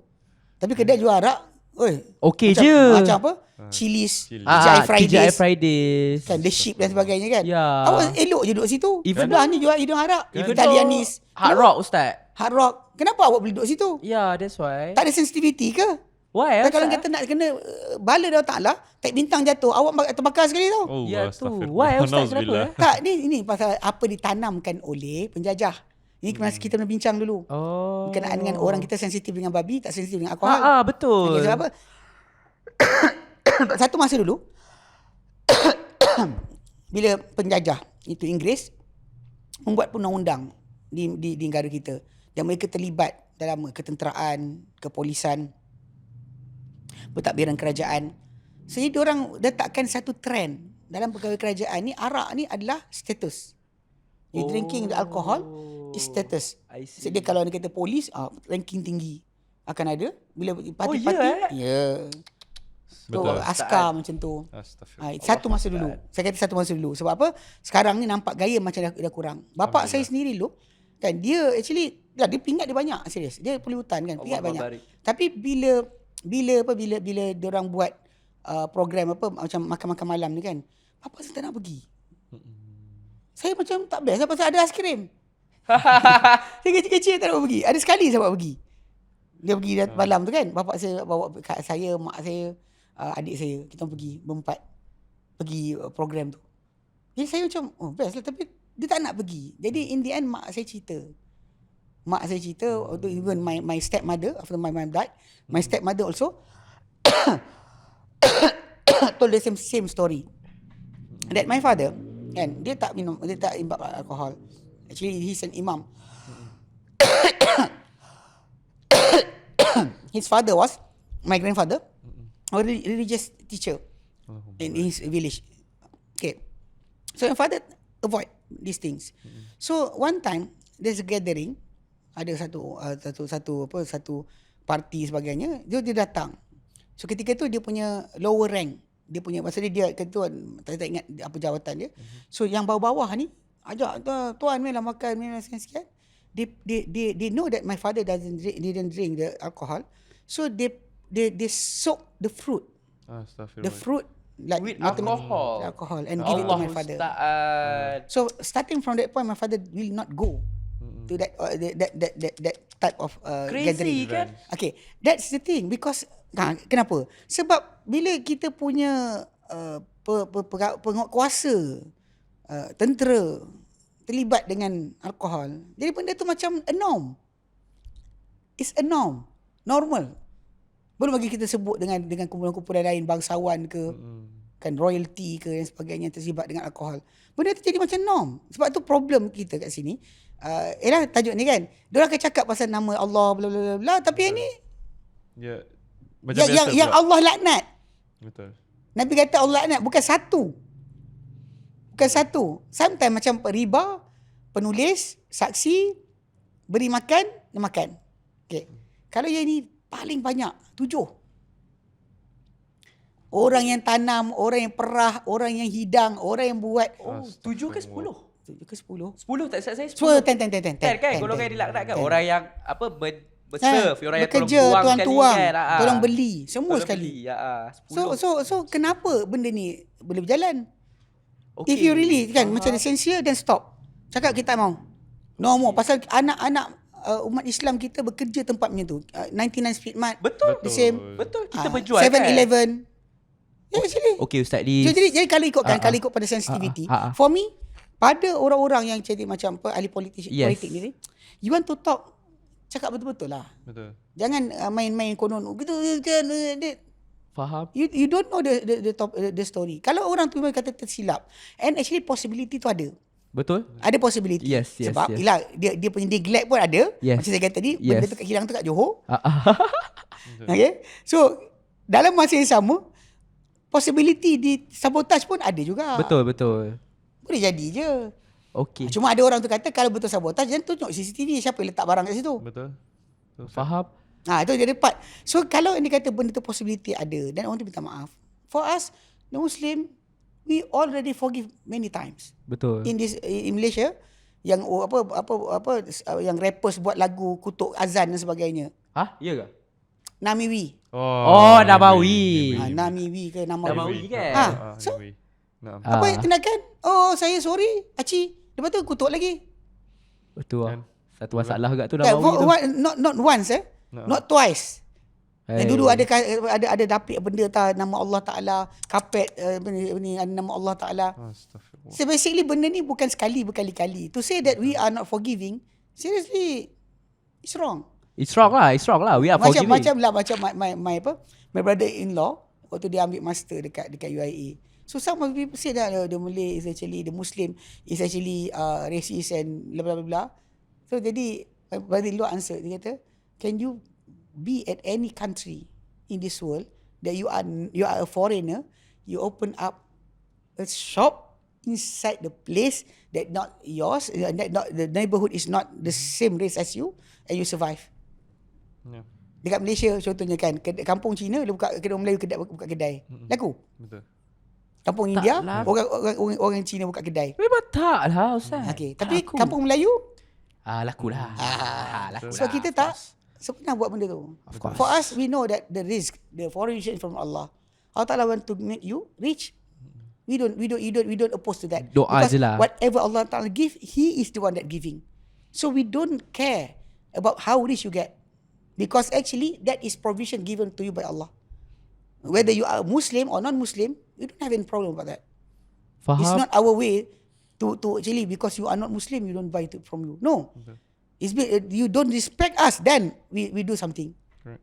So alhamdulillah. Jadi tajuk dia, kita bukan masalah boycott dan sebagainya lah for me.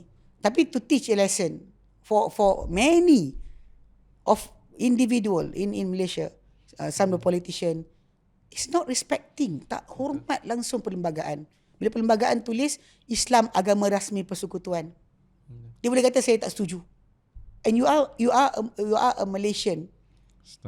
Awak seorang rakyat Malaysia. Awak tak setuju perlembagaan Malaysia. So kenapa tak keluar je? Betul It's something juga. actually kadang-kadang benda ni masalah. Sebab kita kena ingat the social contract. bila kita merdeka dulu. Apa yang sebenarnya dijanjikan oleh atuk nenek kita. The Malay, the Chinese and the Indians. Apa diorang sepakat? Apa dia orang sepakat kan? Dia sepakat tadi itu yang sebab kata 3 benda yang kadang-kadang sering timbul dibahaskan oleh orang, kata tak setuju keistimewaan Melayu, raja, agama Islam. Betul. 3 things ni sebenarnya dalam perlembagaan ada. Betul. So kenapa awak oppose? Then actually we are not stopping you from getting any richness in Malaysia. Betul. So tak payah buat macam tu lah. Yang katalah kami racist kerana sekian-sekian, tak ada. Kami tak buat macam tu. Muslim takkan buat macam tu. Because kita tahu Nabi Muhammad SAW dahulunya bermuamalah, berjual beli dengan Yahudi. Oh ya. Even though the Jew is actually, making me enemy. Tak suka dengan baginda. Tapi baginda tetap jual beli dengan boleh Yahudi. je kan. So tak ada masalah. Ustaz, saya ada satu question tadi berkenaan dengan the KK Mat kan. Kan kita ada 10 golongan yang dilaknat oleh Allah kan. Menjual, membeli, minum, tuang kat orang, serve. So kalau contoh orang yang kerja 7-Eleven, orang kerja KK Mat ni yang menjual arak, so adakah gaji dia tak berkat? Okay, kalau dia kata macam ni, dia ada satu asas. Kalau dia kata contoh macam pasar raya tu besar kan, jadi bukan dia cashier, bukan dia seorang. Yang jaga bahagian yang bukan halal ada. Macam contoh macam dekat Bukit Jelutong. Oh, Jaya Grocer. Jaya Grocer. Dia letak section yang non halal separate. Oh, ya. Perasan kan? Yes, okay. perasan, yes. That's the thing. You have to have conscious about the situation. I see. Dia macam orang tak hormat Ramadan lah. Kata mestilah buka makanan dan sebagainya. Awak kata ini untuk tolak ansur. Kenapa tak suruh orang yang tidak Islam tolak ansur dengan Islam? Faham. Kenapa suruh orang Islam tundukkan kepala untuk everything yang non Muslim minta? Kenapa? Oh, faham. Actually pasal penghormatan, because this Ramadan, we Malaysian memang tahu ini bulan Ramadan. Actually Lee Chong Wei, saya tengok baca dia punya tulisan, dia suruh anak dia hormat pada orang yang Muslim yang makan kat sekolah. Dia tulis. Masya-Allah. Maksudnya dia ajar pasal values tadi tu. Kita as a Malaysian, bukan Malay, Malaysian, kita ada value tadi. You have to teach your children about that. So kita macam tajuk asal tadi, kalau value tadi tak diajar dari kecil, then dah besar je macam ni lah. Tak puas hati lah, apa benda lah. Inilah, tak puas hati. Pasal reality dia tak belajar. Pasal reality yang ada sekarang ni, the Muslim or aka the Malay, majority is not boycotting you just because of your race. They don't care. Even if you become a Muslim, they will support you more. Betul. More than the other. Betul. More than the Muslim, the Malay Muslim. Yelah. Saya setuju lah. So jadi basically tajuk macam boycott tadi kan, pada asalnya ialah, I know it's actually something that being feared by all the merchant and all the traders right now. They are so afraid about that because they know what happened. Memang dah takut. They actually don't tahu kesan dia. Tapi pada kita, pada politician ni, saya nasihatkan pergi pada tajuk lagi besar. Faham. Ya, tajuk yang ni dah dia minta maaf. Kita, like I said, the Muslim is always forgiving. Kan, Ustaz? Is always forgiving. Muslim is always forgiving. Betul. You just collect all the things that are happening, everything until today. You can see that how forgiving we are. Betul. But the problem is, like I said, the politician should not take opportunity to boost up their rank, their rates in the society as a hero. But at the same time, you are not doing something for Islam. Betul. Nothing for Islam. Just for the sake of yourself. Actually, like I said, try to talk about the liquor. Daripada beberapa pasang stokin, baik you hapuskan crates and crates of banyak lagi the stokin tadi, benda tu boleh jadilah. Pada asal boleh sabotage. I think you can go to that idea that somebody sabotaging that place. Maybe likewise, maybe intentionally, maybe. Kan? Pasal semua tu ada possibility. Sebab bila kata kilang tu ada dekat Johor. Tu yang terkejut tu. Saya pun terkejut ke? Kalau kita kata macam tu kan, macam kan. Jadi masalah kita faham kat situ. So possibility is there. So we forgiving that is okay. But to go to extent, then demand for something that is bigger. Betul. Now is the key is the baton is in your hand. Betul. Go to something that is bigger. Betul. Like stopping your children, your sister, your brother who becoming the cashiers in those speed marts and everything from selling unlawful by Sharia. Unlawful thing by syariah. Clearly Yang he clear, will yang tahu. he or she will be involved in 10 of a person will be condemned by Allah. Condemned by Allah. Condemned Laknat by lah Allah. kan. Laknat, condemned by Allah. Maksud laknat kira Allah tak pandang kita. Actually laknat means you are being pushed away from the mercy of Allah. Astagfirullah. So be that person better than you are doing that. Okay, faham. So kalau kita dilaknat, sorry I just teringat something. So boleh kita minta ampun lah. Minta ampun, minta taubat ke Allah. Actually if you repent, Allah Ta'ala will forgive. There's no sin big in front of Allah. There's no sin is bigger or biggest in front of Allah. As long as you can repent. Selagi mana boleh taubat, yes, Allah Ta'ala akan terima. Okay. Tapi mati tak taubat, tu tak jalan. Betul. Okay, Ustaz. Last question. Okay. Pasal this taubat ni kan Ustaz kan. Sebab orang dekat luar sana mungkin dia orang tak faham tau. Taubat ni perlu ke kita buat solat sunat yang 2 rakaat tu ataupun macam mana cara kita nak bertaubat dekat Allah, kita nak sincere, nak menangis kat Allah semua. So macam mana tu Ustaz? First thing first, masalah taubat ni macam Allah sebutkan, ya ayyuhallazina amanu tubu ila taubatan nasuha. Hei orang beriman, taubatlah kepada Allah dengan taubat yang tulus, yang clean, yang pure. So taubat ni, the word taubat actually the word asal taubat taba ya tubuh taubatan means return, to return back.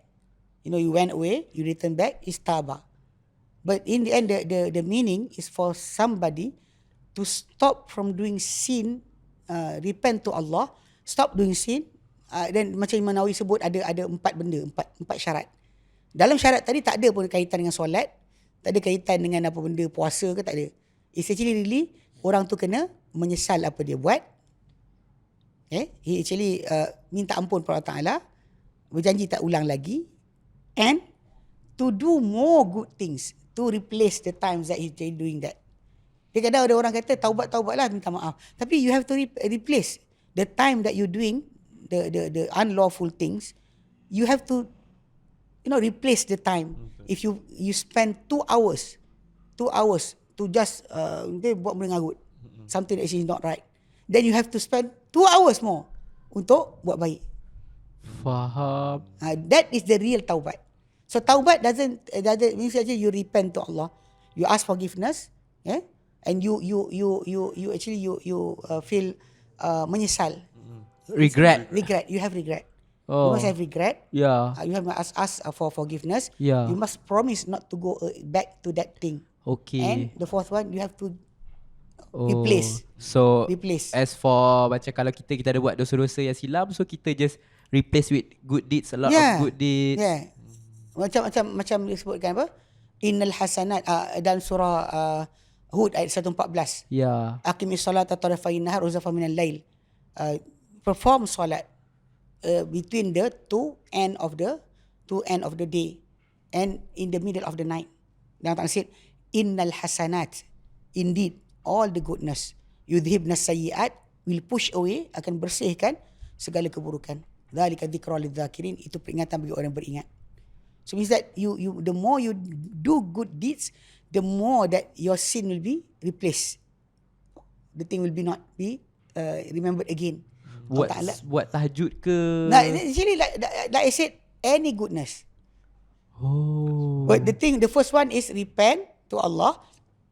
Yeah, the question is how to repent. Repent when you the person, orang yang menyesal, yang repent to Allah, dia mesti menyesal dengan perbuatan salah dia. If dia rasa dia salah tapi dia rasa dia boleh buat lagi, itu tak repent. Itu kan taubat. Taubat yang nanti nak buat lagi lah. Macam ada orang, I met somebody, the mother saw my lecture, tengok saya punya ceramah dekat mana entah, then the mother ask, call waktu tu saya kerja kat Ihsan Taklim, call Ihsan Taklim and ask for my number. Then lepas tu dia message, minta datang rumah dia, asal dia orang satu family nak keluar pergi umrah. So when I do my explanation, at the end of the explanation, the son, Datuk somebody, I don't know, actually dia punya rumah memang atas satu bukit tu, paling atas sekali.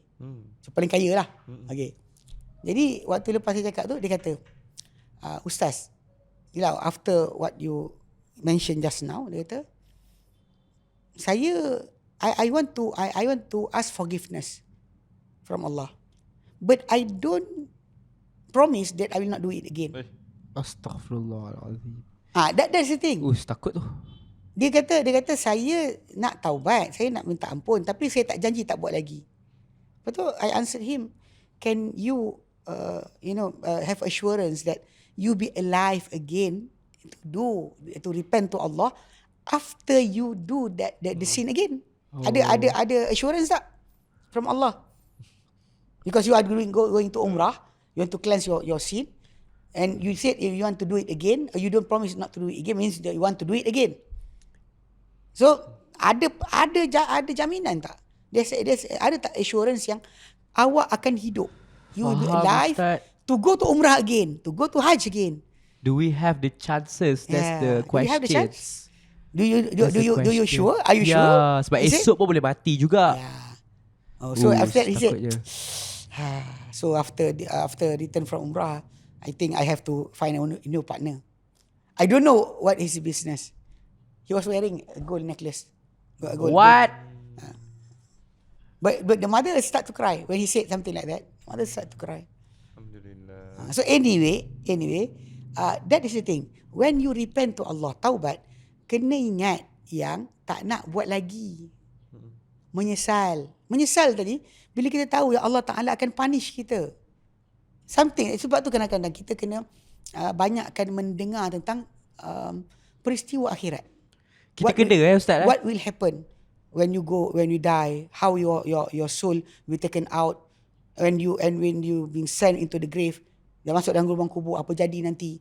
Everything of that, kalau kita tahu step by step, you will die, I will die. Betul. Nobody is actually living in this world tak mati-mati, and you are seeing everybody actually being sent down into the grave, into the hole.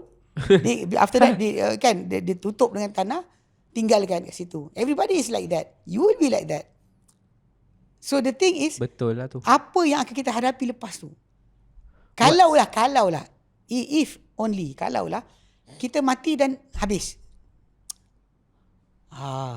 Leganya. Mati-mati maksudnya tak ada benda. No question, ataupun lahir balik jadi semut ke, jadi kucing ke.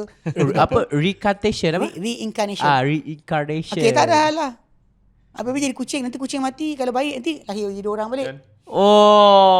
Best je. Okay, tapi problem dia, kalau tak jadi, tak ada apa-apa, tak apa.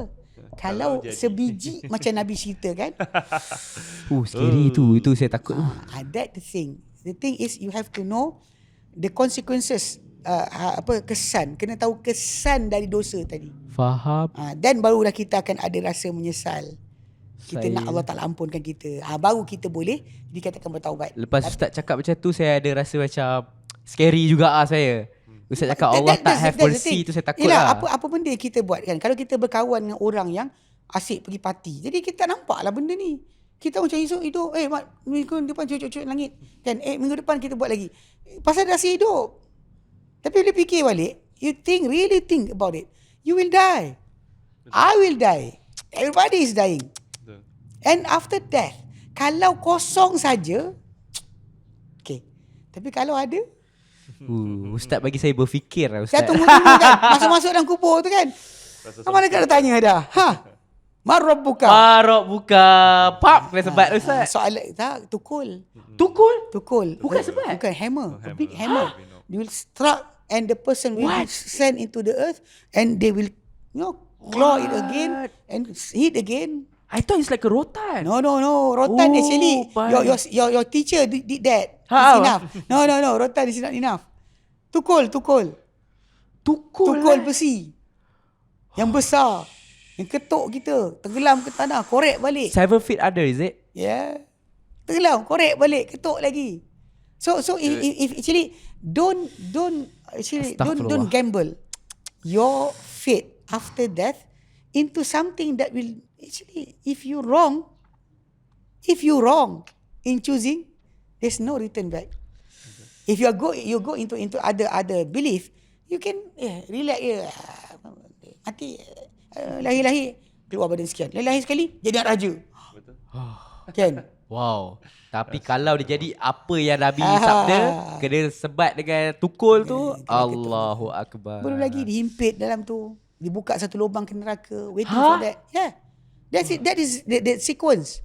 Because after the hammering, after the question, then if the person actually from non-believers, from doesn't have belief, deny Allah, then those person will be, as a clamp or being dihimpitkan dengan tanah kubur tadi sampai tulang rusuk dia, bersilang each other. Ush. And one hole toward the hell will be open for him to see.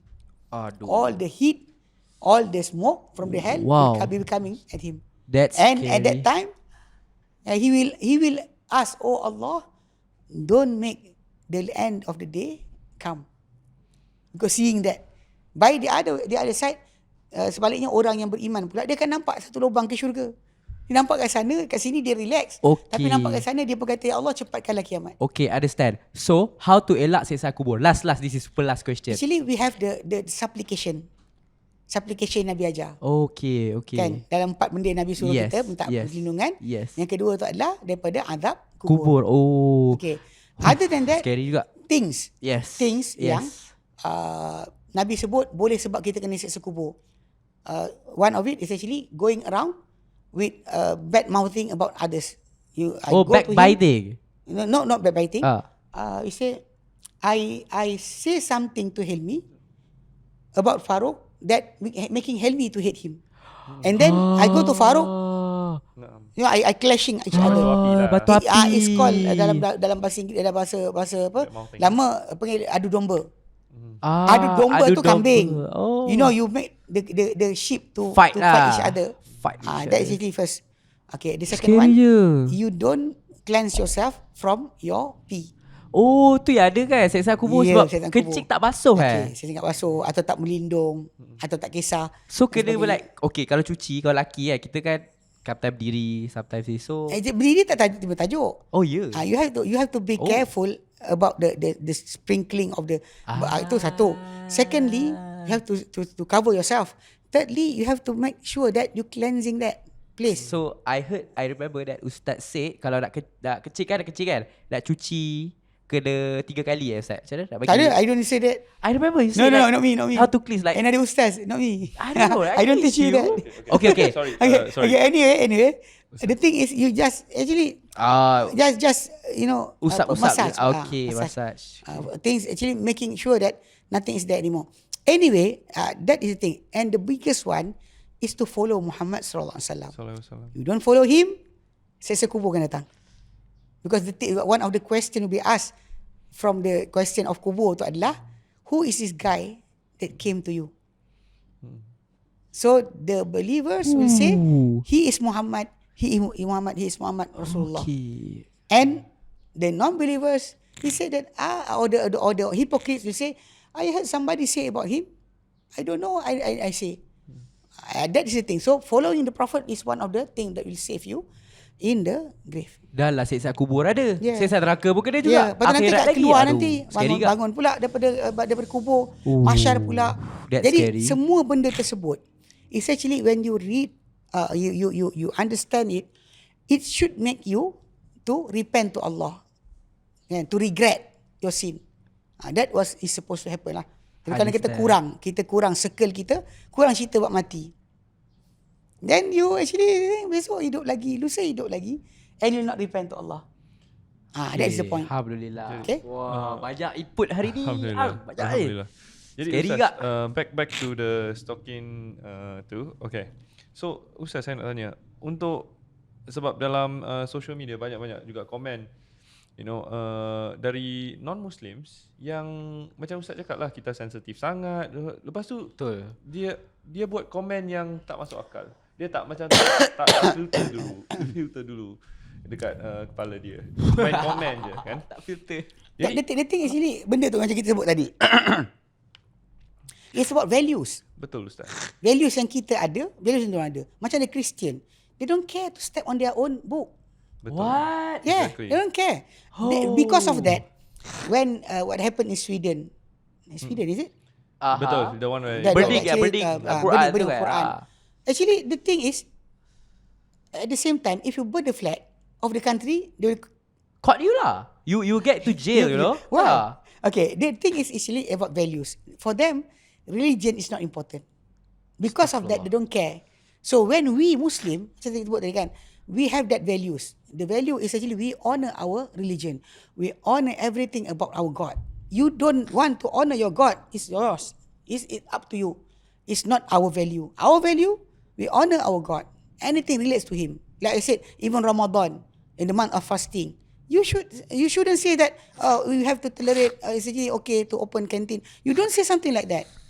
You just left. Like we said a few weeks ago, dua minggu lepas, kita kata sepatutnya serah pada PIBG. Oh yeah. Parent and Teacher Association. Untuk bincang tajuk masalah patut ke tidak tutup. Pasal semua sekolah lain-lain jumlah orang. Kenapa awak nak kena cakap? I see. So making people to respect Ramadan, making people to understand the Muslim, especially they are staying among the Muslim. Betul, correct. So like I said, if you don't understand anything, come to Al-Khadim. We teach you. Betul. Yes, Come we are you. open, What right? you want to ask, come open. and we teach you. Yes. So actually about value. Macam Angkan ni tadi, kenapa diorang kata kita sensitif sangat and they are writing something. They say if even I put my face there, I don't care. Betul. Yeah, actually tu lah. Kata benda ni dia cakap pasal value dia macam tu. Betul Ustaz.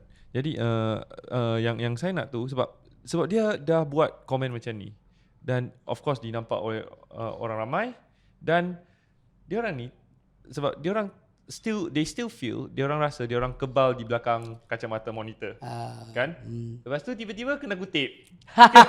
kan? Tu masalahnya kan Ustaz. Bagaimana kita nak macam advice orang kata okay biar benda ni bagi kat polis atau macam mana kita nak navigate. Okay, first thing first, the authorities, police ataupun MCMC. Tu Communication Media Act tu. Okay, diorang sendiri pihak yang berkuasa tadi patut ada inisiatif untuk buat kerja sebelum daripada netizen buat. You know, they should stop that thing from spreading. From before. Kalau anda kata dilepas pada netizen, jadi masalah. Yeah. Dan benda ni akan timbul unrest. Kan? Even baru ni bila yang kawan tu kata saya minta maaf kan. Ada panglima aduka lah apa benda. Betul. Yeah. People saying that actually banyak lagi orang kat bawah tu tulis kenapa tak pukul, kenapa tak sekian. You know actually something that happen terjadi. Kereta dah jatuh, dah langgar, dah pecah lampu. Kalau marah pun tak jadi apa. Even if you hit the person, kalau kecuali the person nak lawan sangat. Actually I always say something like this. Kalau dia kata macam you caught a thief, you actually are not allowed to hit the thief. Oh, tak boleh. Tak boleh. You Tak are not boleh. allowed. Tapi banyak orang suka buat macam tu. Dia dapat kumpul ramai. Kalau dia melawan tajuk lain. Betul. If he actually try to fight back, kan? Tajuk lain. Ni orang tu lembik macam tu kan. Saya maaf. Lepas tu awak nak kita pukul. Tak berbaloi tu tak? Macam ikan dah mati kau pergi pijak. Mati kau. Faham tak? Faham. It is not fair. For us actually like I said, Muslim kita memang sentiasa maafkan. Tapi authorities, ini masalah pertama. Kalau kita bimbang kadang-kadang, bila orang tu hina Islam, sebenarnya dia hina raja. Betul. Because ketua agama Islam dalam setiap negeri dan negara kita adalah agung dan raja-raja. Oh iya ke? Wow. So kalau hina raja, hari ni buat, besok polis tangkap. Kenapa? Bab hina agama Islam yang raja adalah ketuanya, kenapa mereka tak bertindakan cepat? Sepatutnya lebih cepat daripada Lebih cepat. Betul. Dia patut lebih cepat sebab the kings kan, raja-raja kita, sultan agung dan sebagainya, dia orang adalah ketua agama Islam. So kalau kita cakap pasal dia, okay, kita salah dan dikutip oleh polis. Kenapa bila orang kutuk ataupun buat main-main perkara yang dia adalah ketua, itu ketua agama Islam di negeri dan juga pusat adalah sultan dan agung dan raja. Sultan, agung, raja. Dan kenapa tak ada tindakan? Kan MC kalau kutuk cepat keluar jawapan, cepat jawab, cepat tangkap. Kenapa tak tangkap orang ni cepat? Kan, to stop him. Actually for two things. So stop him from spreading the unrest. Dan untuk stop orang ramai buat tindakan sendiri. Betul. So people lah kan buat kerja sendiri, kutip kan. Kawan tu datang tak keluar, lari balik polis. Lari balai polis. Kalau dia tak masuk dalam balai polis, kat luar tunggu dah. Betul. Faham. You know, something like this. Dia akan Teruk juga Ustaz. So jadi Dangerous. authority kena bekerja awal. Jangan bagi. Sebab tu kita kata awak ada kerajaan. Kita ada kerajaan adalah untuk dia buat kerja yang kita tak boleh buat. betul. Antaranya adalah menguatkuasakan undang-undang. Betul. Menangkap penjenayah. Itu kan kerja kita. Itu kerja kerajaan. Kalau kita kena buat kerja tu nanti jadi inilah jadi Batman, Superman, Spiderman, Keluang man. Keluang man. Vigilante lah, banyak vigilante. Jadi apa gaban. Kan? Betul. Semua orang akan kerja untuk sendiri. Dan apa jadi? Betul. Semua tempat ni semua ada. Kat Kayu Ara kita ada hero-hero daripada Al-Khadim. Dekat Bukit Jelutong kita ada hero-hero daripada masjid sekian-sekian. Nanti semua jadi masalah. Benda ni tak boleh kawal nanti. Betul. Sebab tu kenapa authority kena bergerak awal, bukan kita. Betul. Kadang-kadang bila orang cakap macam ni kenapa sekian-sekian, ini soalan yang patutnya semua tadi macam politician tadi. Ini tajuk dia kena cakap. Oh ya ke? Dia sibuk kata nak boycott, tapi ketika benda tu timbul dia tak push authority untuk buat kerja. Sebab kerja authority tadi pasal kita tak boleh benarkan rakyat buat hukum sendiri. The best way anything happen takkan tak peka. Sale dekat Shopee kau tahu. Kan? Lazada lah benda dekat mana nasi viral kau tahu. Betul. Kan? Orang kutuk yang apa katalah orang kutuk Perdana Menteri. Dapat tangkap. Diketahui kat mana? Orang sekian cakap tentang parti politik. Cepat buat kerja. Kenapa ketika Islam awak diam? Betul. Itu maksud dia. Yes. Pasal kita Saya jangan gila. bagi benda tu sampai kepada netizen buat ulasan. Dan Ustaz, akhir sekali, Ya. macam mana kalau macam keadaan ini, nauzubillah, biar hopefully dia tak berlaku lagi, tapi kalau ada masalah yang percanggahan dalam agama, macam manakah kita nak tunjukkan diri kita sebagai seorang Muslim ni supaya boleh guna peluang ini untuk menarik mereka untuk mengenali agama Islam dengan lebih baik? Okay, basically macam ni.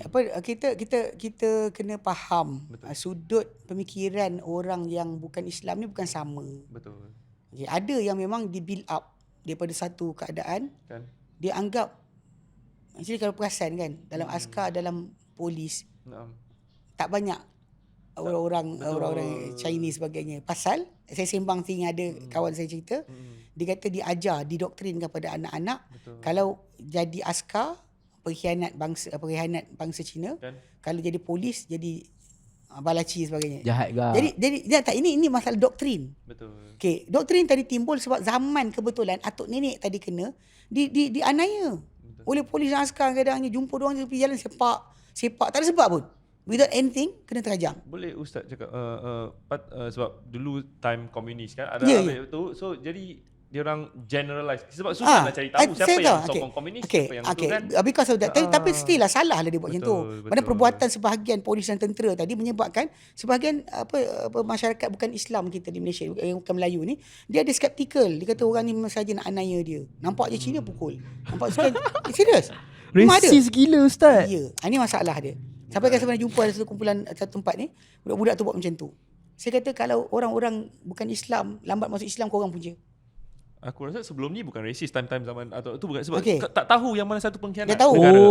Dia bukan racist. Cuma- Tapi layanan cuma dia- tadi menyebabkan diorang timbul. jadi Okey. sampai ke Apa sekarang. diskriminasi ke apa? Okey, tapi diskriminasi bukan pasal Bukan. benda tadi timbul tajuk sebab tak tahu siapa macam ni lah. Cuma benda tu dah you have satu set of mind. Lepas tu kita ada pula yang nak freedom, liberal. Satu set of mind. Lepas tu kita ada pula kumpulan yang tolak Tuhan totally. Tak percaya, rasa agama ni semua rekat manusia. Jadi banyak set of mind tau. Bila kita kata nak generalize orang bukan Islam ni pada satu kedudukan tak sama. Betul. Sebab tu dialog kita dengan mereka tu kena ada. Mana penjelasan. Bahkan lagi baik kalau penjelasan datang daripada orang-orang yang masuk Islam di kalangan bangsa masing-masing. Sebab tu seorang yang mungkin mu'alaf, dia kena aktif. Tak boleh pasif in spreading dakwah. Sebab Allah Ta'ala jadikan dia dapat tadi, bahkan dia hujah kepada kaum dia. I am not becoming a Malay, I am becoming a Muslim. So untuk hilangkan tajuk tersebut. Banyak orang kadang masih lagi duk ingat masuk Islam, masuk Melayu. Okay. Itu sebab saya tadi macam bila kata Henry kata kan, benda ni akan berlaku, tapi balik pada asal lah, ini yang education yang kena dibuat oleh kerajaan. Kerajaan kena sebarkan. Lepas tu media masa kat kerajaan jangan tayang bagi beras, tayang bagi sekian, tayang bagi sekian. Tu kerja kita. Kan tayang konon kami bagi tolong sekian. Awak kena, yang penting macam media masa ni, yang utama ni, mainstream, dia kena sampaikan maklumat tadi. Dan especially kepada yang tidak bercakap Melayu. Faham. Betul. Sebab saya ingat yang tidak bercakap Melayu. Saya ingat macam ni. Pasal jadi masalah, kita sering ada discussion sama-sama kita, macam mana kita nak berhadapan dengan non-Muslim yang ada sebagai jiran kita sebagainya. Tapi sebenarnya kita bila cakap macam tu, sebenarnya Muslim dah buat kerja. Dia realize or not, ajaran Islam tu menjadikan anda sepatutnya hormat, tak skeptical, tak judgemental, everything is there. Tapi masalahnya pada pihak yang non-Muslim tadi tak ada penjelasan yang betul. Betul. Itu punca sebenar. Dan juga tak sampai maklumat. Media untuk dalam etnik diorang memang diorang yang kawal. So kita tak tahu naratif apa yang diorang mainkan. Betul. Itu masalah lah. Jadi dengan sebab itu kalau dikata kerajaan nak take over macam tu. Kita sekarang ni kita dah tahu kita kan ada sistem pendidikan kita asingkan, kita bolehkan sekian. Tapi dalam masa sama kalau tak diajar masalah. Betul. Jadi anak-anak kita tak faham tentang realiti ni. Sampai kan saya ingat baru ni ada profesor daripada UM Tong Sek Kiok apa nama dia. Yang dia actually macam pengganti kepada Profesor Ko Kek Kim. Oh, yang brother Firdaus defend tu Ya, betul. Pasal dia cakap benda tu. Dia cakap benda benar. Macam mana orang yang duduk di Malaysia yang Malaysia kita bahasa rasmi adalah bahasa Malaysia. Melayu lah. Bahasa Melayu atau Malaysia. Tak kira bahasa tu. Kenapa dia orang tak belajar? Betul. Kenapa masih lagi tak reti? Ini masalah dia. So jadi dengan sebab itu Profesor cakap tapi diserang dia oleh semua orang. Sedangkan dia kata kerakyatan, awak jadi rakyat tapi tak cakap mana dunia, negara mana yang ada peraturan tadi. There's no such thing. Macam Indonesia. Mana ada Cina apa semua cakap. One language. That is how you maintain the identity of your country. Yeah. Kita kata tak ada masalah, kita tak nak Malaysian. Then prove that you are a Malaysian. Betul. You are one Malaysia for Malaysia for Malaysian. Bahkan, tapi masalahnya tak nak Malaysia for Malay. Tak ada hal. Tapi masalahnya awak punya identiti kena jelas lah. Betul. You are Malaysian, talk in Malay. Betul. Kenapa cakap Malay pun gagap? Betul. Cakap Malay pun tak betul. Betul. Umur kalau setahun dua, kecil-kecil kita faham. Dah duduk dalam masyarakat Melayu, Malaysia, dalam kehidupan harian, tapi tak cakap Melayu. Asal? Itu jadi profesor tu macam tekan kat situ lah. Dia cakap benda tu masalah as actually berdasar perlembagaan. Betul. Tapi banyak orang masih lagi berkata macam apa saya cakap macam ni. Iyalah itu betul lah tu, dia fakta sejarah. Betul. Mana ada negara benarkan orang jadi rakyat tanpa bercakap bahasa tersebut. Betul. Bahkan kita macam ustaz tengok kan dalam sidang-sidang negara-negara. Presiden Russia cakap Russia. Presiden Jepun, Prime Minister Jepun cakap Jepun. So Jerman cakap Jerman. Kenapa kita yang perlu cakap bahasa Inggeris? Padahal dia orang tahu bahasa Inggeris, dia orang tahu. Takkan tak tahu ke? Itu tajuk asal. Kadang-kadang kita ni itulah identiti. Pemimpin-pemimpin kita tak ada identiti yang betul untuk mempertahankan identiti Malaysia. Faham. Itu punca asal. Faham. Bahkan dalam bab perlembagaan pula macam mempertahankan Islam pun tak ada identiti. Just because of votes, kerana undi lenturkan segala peraturan untuk tidak mengikuti apa yang sepatutnya. Salah. Faham. Kan? Malu. Alhamdulillah.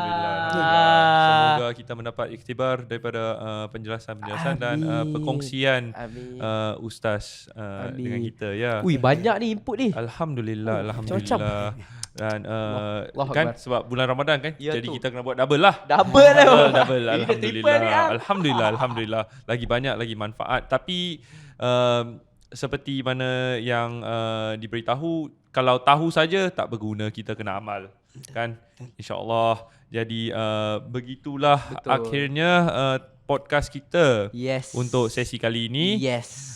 Dan moga-moga kita dapat dengan penjelasan ustaz tadi, kita dapat meluaskan pandangan kita kan untuk pada apa yang terjadi, apa yang berlaku, dan juga mengukuhkan lagi keimanan kita sebagai seorang Muslim. InsyaAllah. InsyaAllah. Amin. Yes. Okay. Dan jadi untuk kita mengakhiri sesi kali ini, bolehkah kita, ada apa-apa nak tambah? So far tak ada apa dah. Saya rasa hari ni banyak sangat input ni. Alhamdulillah. Tapi tolong doakan saya punya kesihatan Syafakallah. Jazakumullah khairan. Saya kalau saya ada. Okay, saya nak promote kelas. Kelas. Okay, memandangkan kita dalam bulan puasa dan kita ingin menyebarkan sunnah Nabi Muhammad sallallahu alaihi wasallam. Jadi dan kelas ni kelas free, diadakan tiap hari Isnin, Rabu dan juga Jumaat. Okey, pada pukul 5.30 sehingga ke 6.30. Sejam saja. Dan datang ke Al-Khadim, kelas ni free. Okey, kita boleh insya-Allah buka puasa sekali kan, iftar sekali. Kita tak ada persiapan, ada tamar, ada air. Ada tamar. Extra tu sendiri. Roti John bawa sendiri. Bawa sendiri. Betul. Dan Chef Amar ke bawa sendiri. Betul. Tapi semangat berjemaah tu tidak boleh dibeli. Betul. Saya rasa saya nak tambah sikit.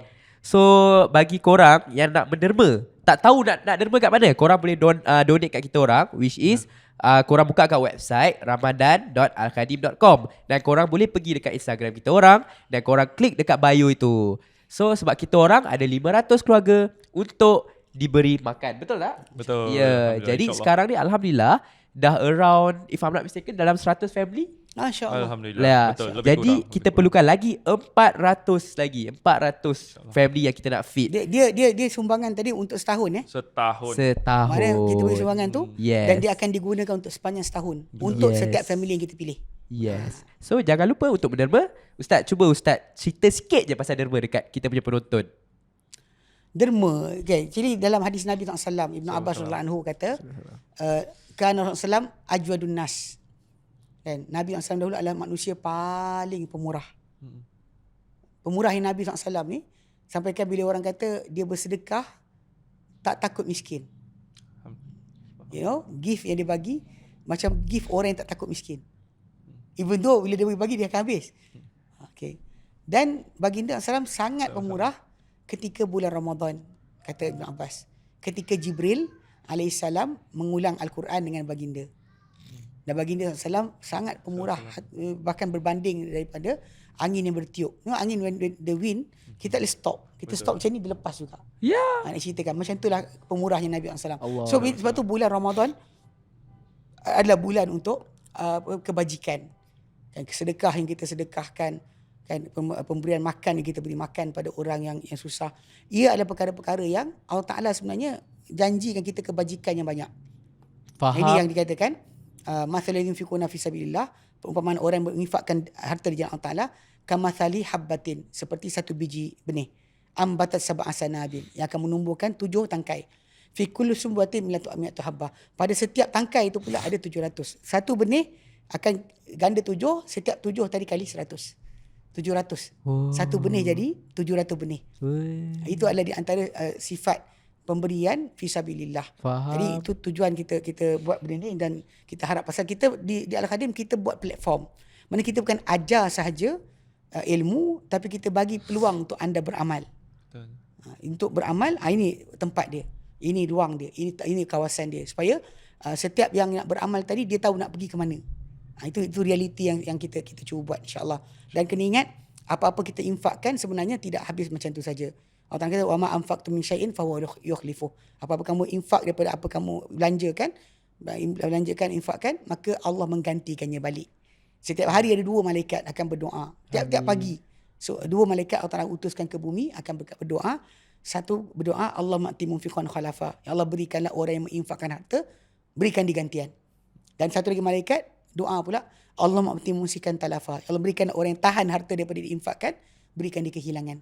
Loss. Okey, faham. Jadi benda ni galakkan kita, insya-Allah. Sebab tak jadikan kita semua membuat kebajikan sepanjang Ramadan ini. Amin. Tadi kelas yang percuma tadi, tajuk dia adalah sifat puasa Nabi sallallahu alaihi wasallam dalam bulan Ramadan. Dalam Ramadan bersama dengan Ustaz Ali Ustaz juga. Ali. Okay. Okey, alhamdulillah selesai sudah. Jadi kepada penonton kat luar sana, saya harap podcast kali ini bermanfaat lah kepada semua orang dekat InsyaAllah. di belakang kaca YouTube itu yang bagi para penonton kita kat luar sana lah kan. Betul. InsyaAllah. Jadi jangan lupa untuk sebelum tu tasbih kifarah dulu. Tasbih Okey. kifarah. Kita akhirilah dengan tasbih Okey, wa kifarah. sallallahu ala Muhammadin wa salam alhamdulillahirabbil alamin. Subhanakallahumma wa bihamdika asyhadu an la ilaha illa anta astaghfiruka wa atubu ilaik. Assalamualaikum warahmatullahi wabarakatuh. Waalaikumsalam warahmatullahi wabarakatuh. Jangan lupa Barakallahu fikum. like, Subscribe dan share. share. share. Alhamdulillah.